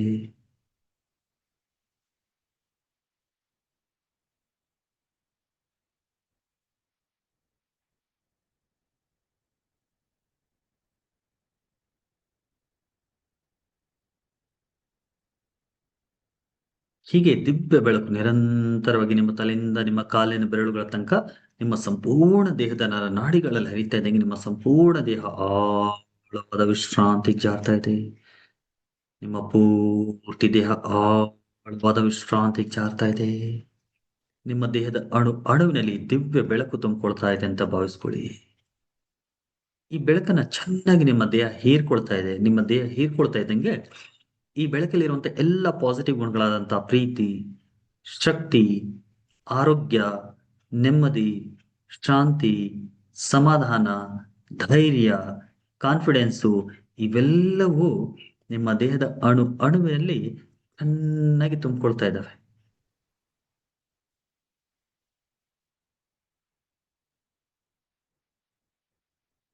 ಈ ದಿವ್ಯ ಬೆಳಕನ್ನ ಚೆನ್ನಾಗಿ ಹೀರ್ಕೊಳ್ಳಿ. ನಿಮ್ಮ ಸಂಪೂರ್ಣ ದೇಹವೇ ಒಂದು ಸ್ಪಾಂಜ್ ತರ ಆಗಿದ್ದು, ಈ ದಿವ್ಯ ಬೆಳಕು ಮತ್ತೆ ಇದರ ಎಲ್ಲ ಪಾಸಿಟಿವ್ ಗುಣಗಳನ್ನ ನೀವು ಚೆನ್ನಾಗಿ ಹೀರ್ಕೊಳ್ತಾ ಇದ್ದೀರಿ ಅಂತ ಭಾವಿಸ್ಕೊಳ್ಳಿ, ಫೀಲ್ ಮಾಡ್ಕೊಳ್ಳಿ. ದೇಹದ ಅಣುವಿನಲ್ಲಿ ಈ ದಿವ್ಯ ಬೆಳಕು ಮತ್ತೆ ಇದರ ಎಲ್ಲ ಪಾಸಿಟಿವ್ ಗುಣಗಳಾದಂತಹ ಪ್ರೀತಿ, ಶಕ್ತಿ, ಆರೋಗ್ಯ, ನೆಮ್ಮದಿ, ಶಾಂತಿ, ಸಮಾಧಾನ, ಧೈರ್ಯ, ಕಾನ್ಫಿಡೆನ್ಸು, ಅಬಂಡೆನ್ಸು, ಫ್ರೀಡಮು ಇವೆಲ್ಲವೂ ಚೆನ್ನಾಗಿ ತುಂಬಿಕೊಳ್ತಾ ಇದಾವೆ ಅಂತ ಭಾವಿಸ್ಕೊಳ್ಳಿ.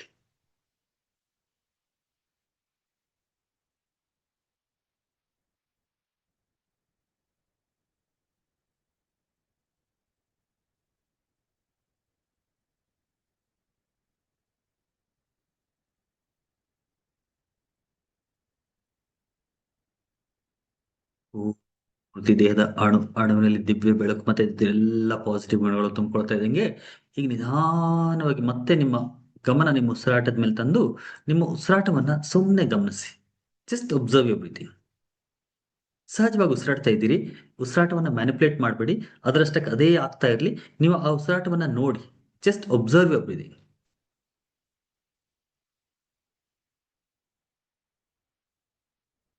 Just observe your breathing. ಸಹಜವಾಗಿ ಉಸಿರಾಡ್ತಾ ಇದ್ದೀರಿ. ಉಸಿರಾಟ ಹೊರ ಬರ್ತಾ ಇದೆ, ಉಸಿರಾಟ ಒಳ ಹೋಗ್ತಾ ಇದೆ. ಈ ಒಳ ಮತ್ತು ಹೊರ ಹೋಗುವ ಉಸಿರಾಟವನ್ನ ನೀವು ಗಮನಿಸ್ತಾ ಇದ್ದೀರಿ, ಒಬ್ಸರ್ವ್ ಮಾಡ್ತಾ ಇದ್ದೀರಿ. Just observe your breathing.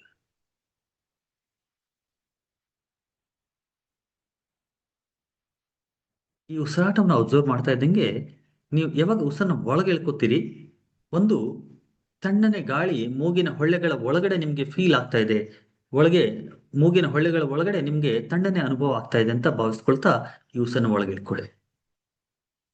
ಉಸಿರನ್ನ ಹೊರಬಿಡುವಾಗ ಹೊರ ಹೋಗುವ ಉಸಿರಾಟದ ಜೊತೆಗೆ ಮೂಗಿನ ಹೊಳ್ಳೆಗಳ ಒಳಗಡೆ ನಿಮ್ಗೆ ಸ್ವಲ್ಪ ಬೆಚ್ಚನೆ ಅನುಭವ ಆಗ್ತಾ ಇದೆ ಅಂತ ಭಾವಿಸ್ಕೊಳ್ಳಿ. ಫೀಲ್ ಮಾಡ್ಕೊಳ್ಳಿ. ಸಹಜವಾಗಿ ಉಸಿರನ್ನ ಒಳಗೆ ಎಳ್ಕೊಳ್ಳುವಾಗ ತಣ್ಣನೆ ಗಾಳಿ ಒಳಗಡೆ ಹೋಗುತ್ತೆ. ಸೊ ಮೂಗಿನ ಹೊಳ್ಳೆಗಳ ಒಳಗಡೆ ನಿಮ್ಗೆ ಒಂದು ತಣ್ಣನೆ ಅನುಭವ ಆಗುತ್ತೆ. ಯಾವಾಗ ಉಸಿರನ್ನ ಹೊರ ಬಿಡ್ತೀರಿ, ಒಳಗಿಂದ ಹೊರ ಹೋಗುವ ಉಸಿರಾಟ ಸ್ವಲ್ಪ ಬೆಚ್ಚಗಾಗಿರುತ್ತೆ, ಬಿಸಿ ಆಗಿರುತ್ತೆ. ಹಾಗಾಗಿ ಮೂಗಿನ ಹೊಳ್ಳೆಗಳ ಒಳಗಡೆ ನಿಮ್ಗೆ ಆ ಬೆಚ್ಚನೆ ಅನುಭವ ಆಗುತ್ತೆ. Just observe that. ಸಹಜವಾಗಿ ಅದನ್ನು ಅಬ್ಸರ್ವ್ ಮಾಡಿ. ಉಸಿರನ್ನ ಒಳಗೆ ಇಳ್ಕೊಳ್ಳುವಾಗ ಮೂಗಿನ ಹೊಳ್ಳೆಗಳ ಒಳಗಡೆ ನಿಮ್ಗೆ ತಣ್ಣನೆ ಅನುಭವ ಆಗೋದು ಒಬ್ಸರ್ವ್ ಮಾಡಿ. ಉಸಿರನ್ನ ಹೊರಬಿಡುವಾಗ ಮೂಗಿನ ಹೊಳ್ಳೆಗಳ ಒಳಗಡೆ ಒಳಪದರದ ಮೇಲೆ ನಿಮ್ಗೆ ಒಂದು ಬೆಚ್ಚನೆ ಅನುಭವ ಆಗತ್ತೆ. ಅದನ್ನ ಅನುಭವಿಸಿ, ಅದನ್ನ ಫೀಲ್ ಮಾಡ್ಕೊಳ್ಳಿ, ಅದನ್ನ ಅಬ್ಸರ್ವ್ ಮಾಡಿ.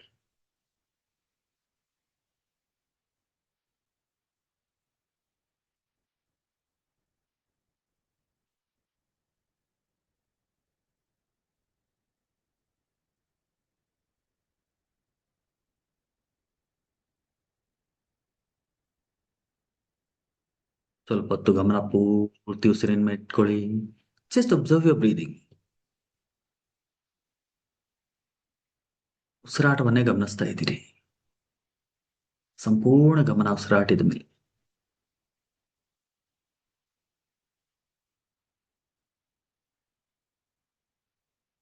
ಸಹಜವಾಗಿ ಉಸಿರಾಡ್ತಾ ಇದ್ದೀರಿ. ಉಸಿರಾಟ ಒಳ ಬರ್ತಾ ಇದೆ, ಉಸಿರಾಟ ಹೊರ ಹೋಗ್ತಾ ಇದೆ. ಮಧ್ಯೆ ಮಧ್ಯೆ ನಿಮ್ಮ ಮನಸ್ಸು ಹತ್ತ ಇತ್ತ ಹೋಗ್ಬೋದು, ಹೋಗ್ಲಿ. ಯಾವಾಗ ನಿಮ್ಗೆ ಮತ್ತೆ ರಿಯಲೈಸ್ ಆಗತ್ತೆ ಕಿ ನೀವು ನಿಮ್ಮ ಗಮನ ಉಸಿರಿನ ಮೇಲೆ ಇಟ್ಕೊಂಡಿದ್ರಿ, ಮತ್ತೆ ಗಮನ ಉಸಿರಾಟದ ಮೇಲೆ ತಂದು ಮತ್ತೆ ಉಸಿರಾಟವನ್ನ ಗಮನಿಸಿ. ಮನಸ್ಸು ಹತ್ತ ಇತ್ತ ಹೋದ್ರೆ ಏನು ಬೇಜಾರು ಮಾಡೋ ಅವಶ್ಯಕತೆ ಇಲ್ಲ. ಮನಸ್ಸಿಂದಾನೇ ಗೆಲ್ಲೋಣ, ಮನಸ್ಸಿನ ಸ್ನೇಹಿತರಾಗೋಣ. ಬೇಜಾರು ಮಾಡ್ಕೊಳ್ಳೋದು ಬೇಡ. ಅಯ್ಯೋ ನನ್ ಫೋಕಸ್ ಮಾಡಕ್ ಆಗ್ತಾ ಇಲ್ಲ, ಅಯ್ಯೋ ನನ್ ಮನ್ಸು ಯಾಕೆ ಆಗ್ತಾ ಇತ್ತ ಹೋಗುತ್ತೆ, ಆತರ ಯಾವುದೇ ರೀತಿ ಕಂಪ್ಲೇಂಟ್ಸ್ ಬೇಡ. ಸಹಜವಾಗಿ ಹೋಯ್ತು, ಇಟ್ಸ್ ಓಕೆ. ಯಾವಾಗ ನಿಮ್ಗೆ ರಿಯಲೈಸ್ ಆಯ್ತು, ಮತ್ತೆ ನಿಮ್ಮ ಗಮನ ನಿಮ್ಮ ಉಸಿರಾಟದ ಮೇಲೆ ತಂದಿ. Just observe your breathing.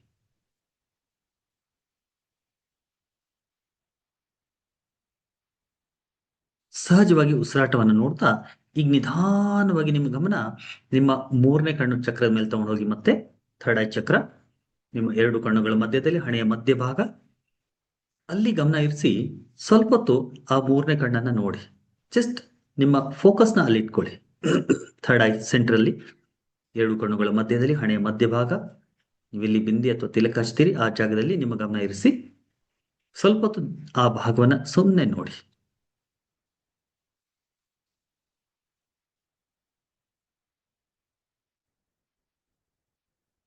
ಆ ಭಾಗವನ್ನ ನೋಡ್ತಾ ಈಗ ನೀವು ಶುರು ಮಾಡಕ್ವಾಗ ನೀವು ಏನ್ ಸಂಕಲ್ಪಗಳನ್ನ ಹಾಕೊಂಡಿದ್ರಿ, ನನಗೆ ಇದು ಬೇಕು ಅದು ಬೇಕು ಅಂತ, ಇವಾಗ ಅಲ್ಲಿ ಅದನ್ನ ವಿಜುವಲೈಸ್ ಮಾಡಿ. ಅಂದ್ರೆ ಅದು ನಿಮ್ಗೆ ಆಸ್ ಇಫ್ ಸಿಕ್ಕಿದೆ. ನೀವು ತುಂಬಾ ದುಡ್ಡು ದುಡಿಬೇಕು ಅಂತಿದ್ದಿ ಸಂಕಲ್ಪ ತಗೊಂಡಿದ್ರೆ, ನನ್ನ ಹತ್ರ ಸಾಕಷ್ಟು ದುಡ್ಡು ಬಂದಿದೆ ಅಂತ ಆತರ ನೋಡಿ. ನನ್ನ ಬ್ಯಾಂಕ್ ಬ್ಯಾಲೆನ್ಸ್ ತುಂಬಾ ಇನ್ಕ್ರೀಸ್ ಆಗಿದೆ, ನನ್ನ ಬಿಸ್ನೆಸ್ ತುಂಬಾ ಇಂಪ್ರೂವ್ ಆಗಿದ್ದು, ತುಂಬಾ ಚೆನ್ನಾಗಿ ನಾನು ದುಡ್ಡನ್ನ ದುಡಿತಾ ಇದ್ದೀನಿ. ಈ ತರ ಅಬ್ಸರ್ವ್ ಮಾಡಿ, ವಿಜುವಲೈಸ್ ಮಾಡಿ. ಜಾಬ್ ಬೇಕು ಅಂತ ಹಾಕಿದ್ರೆ ಈಗಾಗಲೇ ಒಂದು ಒಳ್ಳೆ ಜಾಬ್ ಸಿಕ್ಕಿದೆ, ಆ ತರ ವಿಜುವಲೈಸ್ ಮಾಡಿ. ಒಳ್ಳೆ ಜಾಬ್ ಸಿಕ್ಕಿದೆ, ಖುಷಿಯಿಂದ ನೀವು ಆ ಜಾಬ್ನ ಮಾಡ್ತಾ ಇದ್ದೀರಿ. ನೀವು ಮನೆ ಕಟ್ಟಬೇಕು ಅಂತ ಸಂಕಲ್ಪ ಹಾಕಿದ್ರೆ ಈಗಾಗಲೇ ನೀವು ಮನೆ ಕಟ್ಟಿದ್ದೀರಿ, ಒಂದು ಒಳ್ಳೆ ಮನೆಯಲ್ಲಿ ನಿಮ್ಮ ಫ್ಯಾಮಿಲಿ ಜೊತೆಗೆ ನೀವು ವಾಸ ಮಾಡ್ತಾ ಇದ್ದೀರಿ, ಖುಷಿಯಿಂದ ಆರೋಗ್ಯದಿಂದ ಅಲ್ಲಿ ವಾಸ ಮಾಡ್ತಾ ಇದ್ದೀರಿ ಅಂತ ನೀವು ವಿಜುವಲೈಸ್ ಮಾಡಿ, ಫೀಲ್ ಮಾಡಿ, ನೋಡ್ಕೊಳ್ಳಿ, ಅಂದ್ಕೊಳ್ಳಿ. ಎಷ್ಟಾಗುತ್ತೆ ಅಷ್ಟು ವಿಜುವಲೈಸ್ ಮಾಡಿ. ನಿಮ್ಗೆ ಒಂದ್ ವೇಳೆ ವಿಜುವಲೈಸ್ ಆಗಿಲ್ಲ ಅಂದ್ರೆ ಮನಸ್ಸಿನ ಒಳಗಡೆ ಅಂದ್ಕೊಂಡು ಸಾಕು, ಆತರ ಆಗಿದೆ ಅಂತ ಅಂದ್ಕೊಂಡ್ರು ಕೂಡ ದಟ್ ವಿಲ್ ವರ್ಕ್.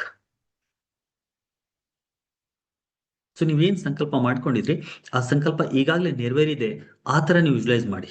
ಈಗಾಗಲೇ ನೀವು ಅದನ್ನು ಪಡೆದಿದ್ದೀರಿ, ಆ ತರ ಅಲ್ಲಿ ಗಮನ ಇಟ್ಕೊಂಡು ವಿಜುವಲೈಸ್ ಮಾಡಿ. ನಿಮ್ಮ ಥರ್ಡ್ ಐ ಚಕ್ರದ ಮೇಲೆ, ನಿಮ್ಮ ಮೂರನೇ ಕಣ್ಣಿನ ಮೇಲೆ ಗಮನ ಇರಿಸಿ, ಅಲ್ಲಿ ನೀವು ಅದನ್ನ ಅಂದ್ಕೊಳ್ಳಿ. ಅಲ್ಲಿ ಅದನ್ನ ನೀವು ವಿಜುವಲೈಸ್ ಮಾಡಿ. Just visualise it. ನಿಮ್ಮೆಲ್ಲ ಸಂಕಲ್ಪಗಳನ್ನ ವಿಜುವಲೈಸ್ ಮಾಡಿ.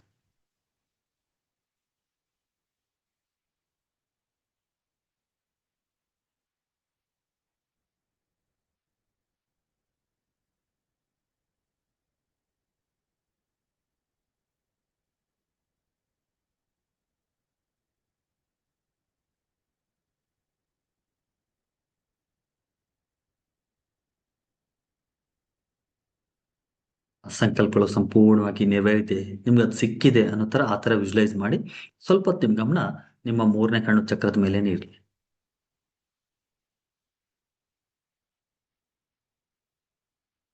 ಆ ನಿಮ್ಮ ಸಂಕಲ್ಪಗಳು ಎಲ್ಲ ನೆರವೇರಿದೆ, ನಿಮ್ಗೆ ಅದೆಲ್ಲ ಸಿಕ್ಕಿದೆ, ಈ ತರ ವಿಜುವಲೈಸ್ ಮಾಡ್ತಾ ಅದನ್ನೆಲ್ಲ ನೋಡ್ತಾ, ಈಗ ಮತ್ತೆ ನಿಮ್ಮ ಇಷ್ಟ ದೇವರಿಗೆ ನೋಡ್ತಾ, ಅವ್ರನ್ನ ವಿಜುವಲೈಸ್ ಮಾಡ್ತಾ, ಅವರ ಛವಿಯನ್ನ ಮನಸ್ಸಿನ ಒಳಗಡೆ ನೋಡ್ತಾ, ಅವ್ರಿಗೆ ಧನ್ಯವಾದಗಳನ್ನ ಹೇಳಿ. Just say thank you god, ಧನ್ಯೋಷ್ಮಿ, ಧನ್ಯೋಷ್ಮಿ, ಧನ್ಯೋಷ್ಮಿ.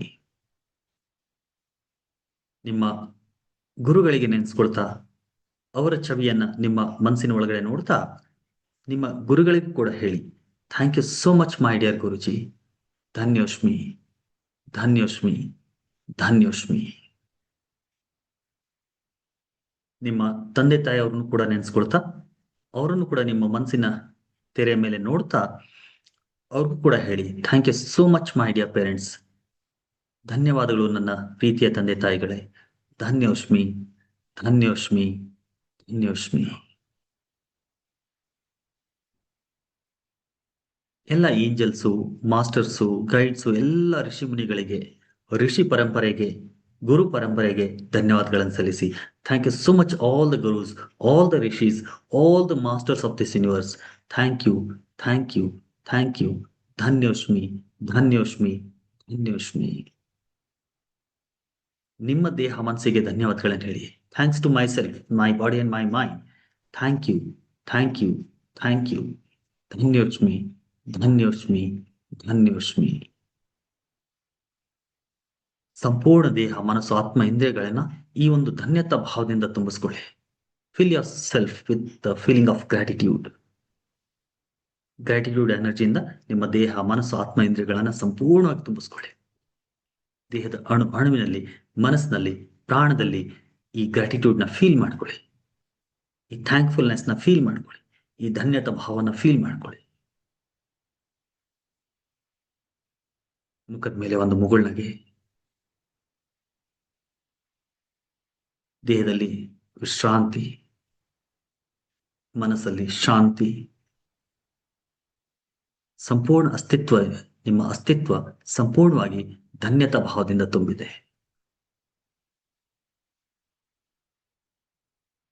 ಆ ಧನ್ಯತಾ ಭಾವದಿಂದ ತುಂಬಿಸ್ಕೊಂಡು ನಿಧಾನವಾಗಿ ಈ ನಮ್ಮ ಮನಸ್ಸು ನಿಮ್ಮ ದೇಹದ ಅರಿವಿಗೆ ಬರಲಿ. Come back to your body awareness. Slowly take your time. ನಿಧಾನವಾಗಿ ನಿಮ್ಮ ದೇಹದ ಅರಿವಿಗೆ ಬನ್ನಿ. ನಿಧಾನವಾಗಿ ನಿಮ್ಮ ದೇಹವನ್ನ ಫೀಲ್ ಮಾಡಿಕೊಡಿ. ನೀವು ಕೂತಿರುವಂತ ಜಾಗವನ್ನ ಫೀಲ್ ಮಾಡ್ತಾ ನಿಧಾನವಾಗಿ ನಿಮ್ಮ ಕೈ ಕಾಲು ಬೆರಳುಗಳನ್ನು ಅಲ್ಲಾಡಿಸಿ ತಲೆನ ಸ್ವಲ್ಪ ಎಡದಿಂದ ಬಲಕ್ಕೆ, ಬಲದಿಂದ ಎಡಕ್ಕೆ ಮಾಡಿ ಒಂದು ದೊಡ್ಡ ಉಸಿರನ್ನ ಒಳಗೆ ತಗೊಂಡು ಪೂರ್ತಿ ಉಸಿರನ್ನ ಹಾಕಿ.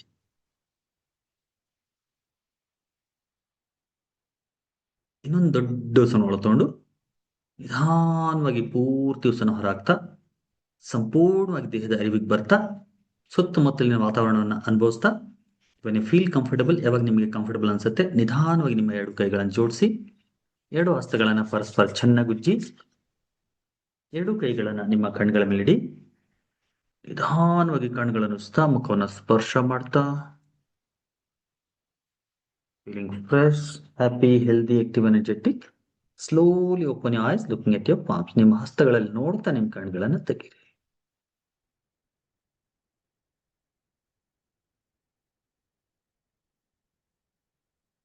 Great. All right. Welcome back, everybody.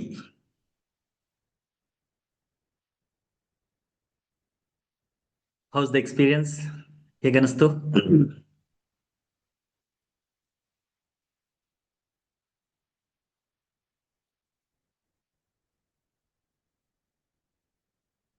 ಅದ್ಭುತ, ಅಲೌಕಿಕ, ಅವಿಸ್ಮರಣೀಯ, ಎಲ್ಲ ಅನ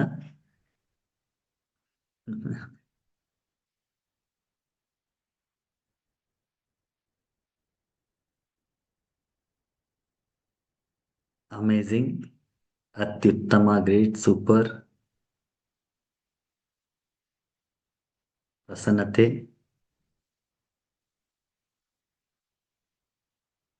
ಸೂಪರ್. ಆದ್ರೆ ಕಾಲು ಮರಗಟ್ಟಿ ಬಿಟ್ಟಿತ್ತು. ನೋಡಿ, ಕೆಳಗಡೆ ಕುತ್ಕೊಳ್ಳೋ ಅಭ್ಯಾಸ ಇಲ್ಲ ಅಂದ್ರೆ ಕೆಳಗಡೆ ಕುತ್ಕೋಬಾರ್ದು, ಚೇರ್ ಮೇಲೆನೆ ಕುತ್ಕೋಬೇಕು. ಕಾಲ್ಗಳೆಲ್ಲ ಮರಗಟ್ಟೋದು ಏನಕ್ಕಂದ್ರೆ ಅಷ್ಟೊತ್ತು ಕುತ್ಕೊಳ್ಳೋ ಅಭ್ಯಾಸ ಇರೋದಿಲ್ಲ ನಮ್ಗೆ. ಸೊ ಅದಕ್ಕೆ ಆಸನ ಪ್ರಾಕ್ಟೀಸ್ ಮಾಡಬೇಕು, ಸುಖಾಸನ ಅಂತ ಹೇಳೋದು. ವೆರಿ ನೈಸ್, ಎಕ್ಸಿಲೆಂಟ್, ಶಾಂತ ಭಾವ, ಗ್ರೇಟ್. ಪದಗಳೇ ಸಿಗ್ತಾ ಇಲ್ಲ. Great, calm, super, wonderful. Thanks lot. Thank you Uday. ಬೆಳಕಿನಲ್ಲಿ ತುಂಬಿ ಹೋಗಿದೆ, ನಾನೇ ಇರಲಿಲ್ಲ. Oh wonderful Ramadeviji, great. So ಎಲ್ರಿಗೂ ಒಳ್ಳೆಯ ಅನುಭವಗಳಾಗಿದೆ. Great, thank you so much for joining. ಇವತ್ತು ಅಮಾವಾಸ್ಯೆ, ಈ ಅಮಾವಾಸ್ಯೆ ದಿನ ಈ ಧ್ಯಾನ ಮಾಡಿದ್ದೀವಿ. ಸೊ ಐ ಹೋಪ್ ನೀವೆಲ್ಲರೂ ಎಂಜಾಯ್ ಮಾಡಿದ್ದೀರಿ ಅಂತ ಅನ್ಕೊಂಡಿದ್ದೀನಿ.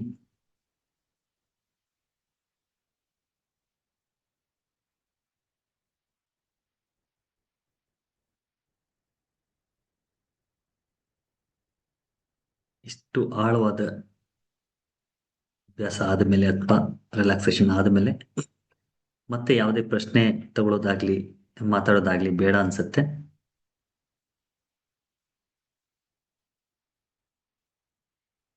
ವಿಜುಲೇಷನ್ ಹೀಗ್ ಮಾಡೋದಲ್ಲ, ಹೀಗೂ ಮಾಡಬಹುದು. Apeksha, yes, could feel energy in third eye. That's great, Apeksha. Thank you so much.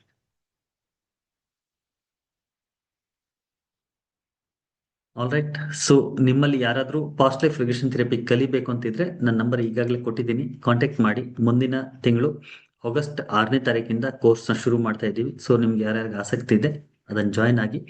Past life regression ಥೆರಪಿಯಲ್ಲಿ ಏನೇನು ಕಲಿತೀರಿ ಅದೆಲ್ಲವೂ ಹಿಂದಿನ ಸ್ಯಾಟರ್ಡೇ ಏನು ವೆಬಿನಾರ್ ಇತ್ತು ಅದರಲ್ಲಿ ಮಾತಾಡಿದ್ದೀನಿ. ಸೊ ಅದರ ರೆಕಾರ್ಡಿಂಗ್ ಪೂರ್ತಿ ಯೂಟ್ಯೂಬಲ್ಲಿ ಇದೆ, ಅದನ್ನು ನೋಡಿ ಆದಮೇಲೆ ನೀವೇನಾದರೂ ಕಲಿಬೇಕು ಅಂತ ಆಸಕ್ತಿ ಇತ್ತು ಅಂದರೆ ನನ್ನ ಕಾಂಟ್ಯಾಕ್ಟ್ ಮಾಡಿ. ಈಗಾಗಲೇ ನಿಮ್ಮಲ್ಲಿ ಕೆಲವರು ರಿಜಿಸ್ಟರ್ ಮಾಡ್ಕೊಂಡಿದ್ದೀರಿ. So will start the course from 6th of August. Okay, ಯಾರ್ಯಾರು ಇನ್ನೂ ರಿಜಿಸ್ಟರ್ ಮಾಡಬೇಕು ಅಂತಿದ್ದೀರಿ ಆದಷ್ಟು ಬೇಗ ತಿಳಿಸಿ, so that we can start the course.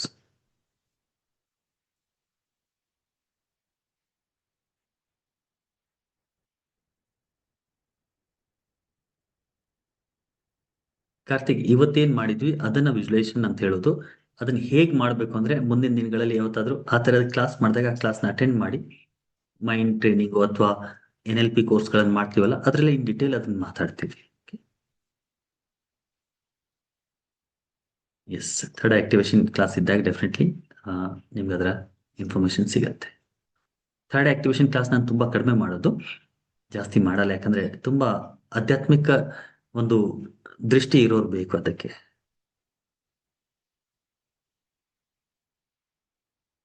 NLP is neuro linguistic programming ಅಂತ.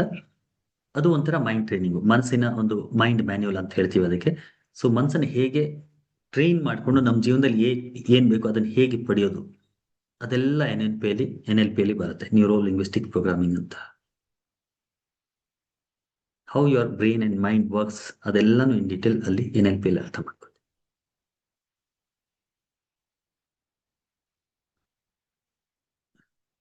S, neuro linguistic programming.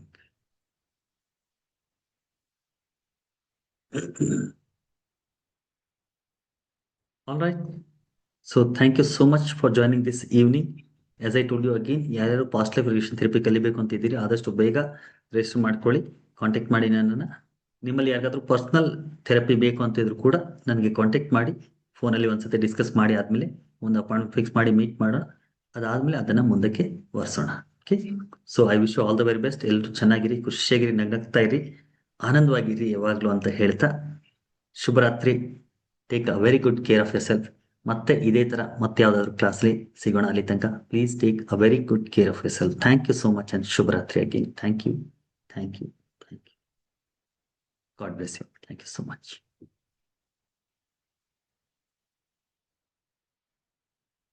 Take care everybody.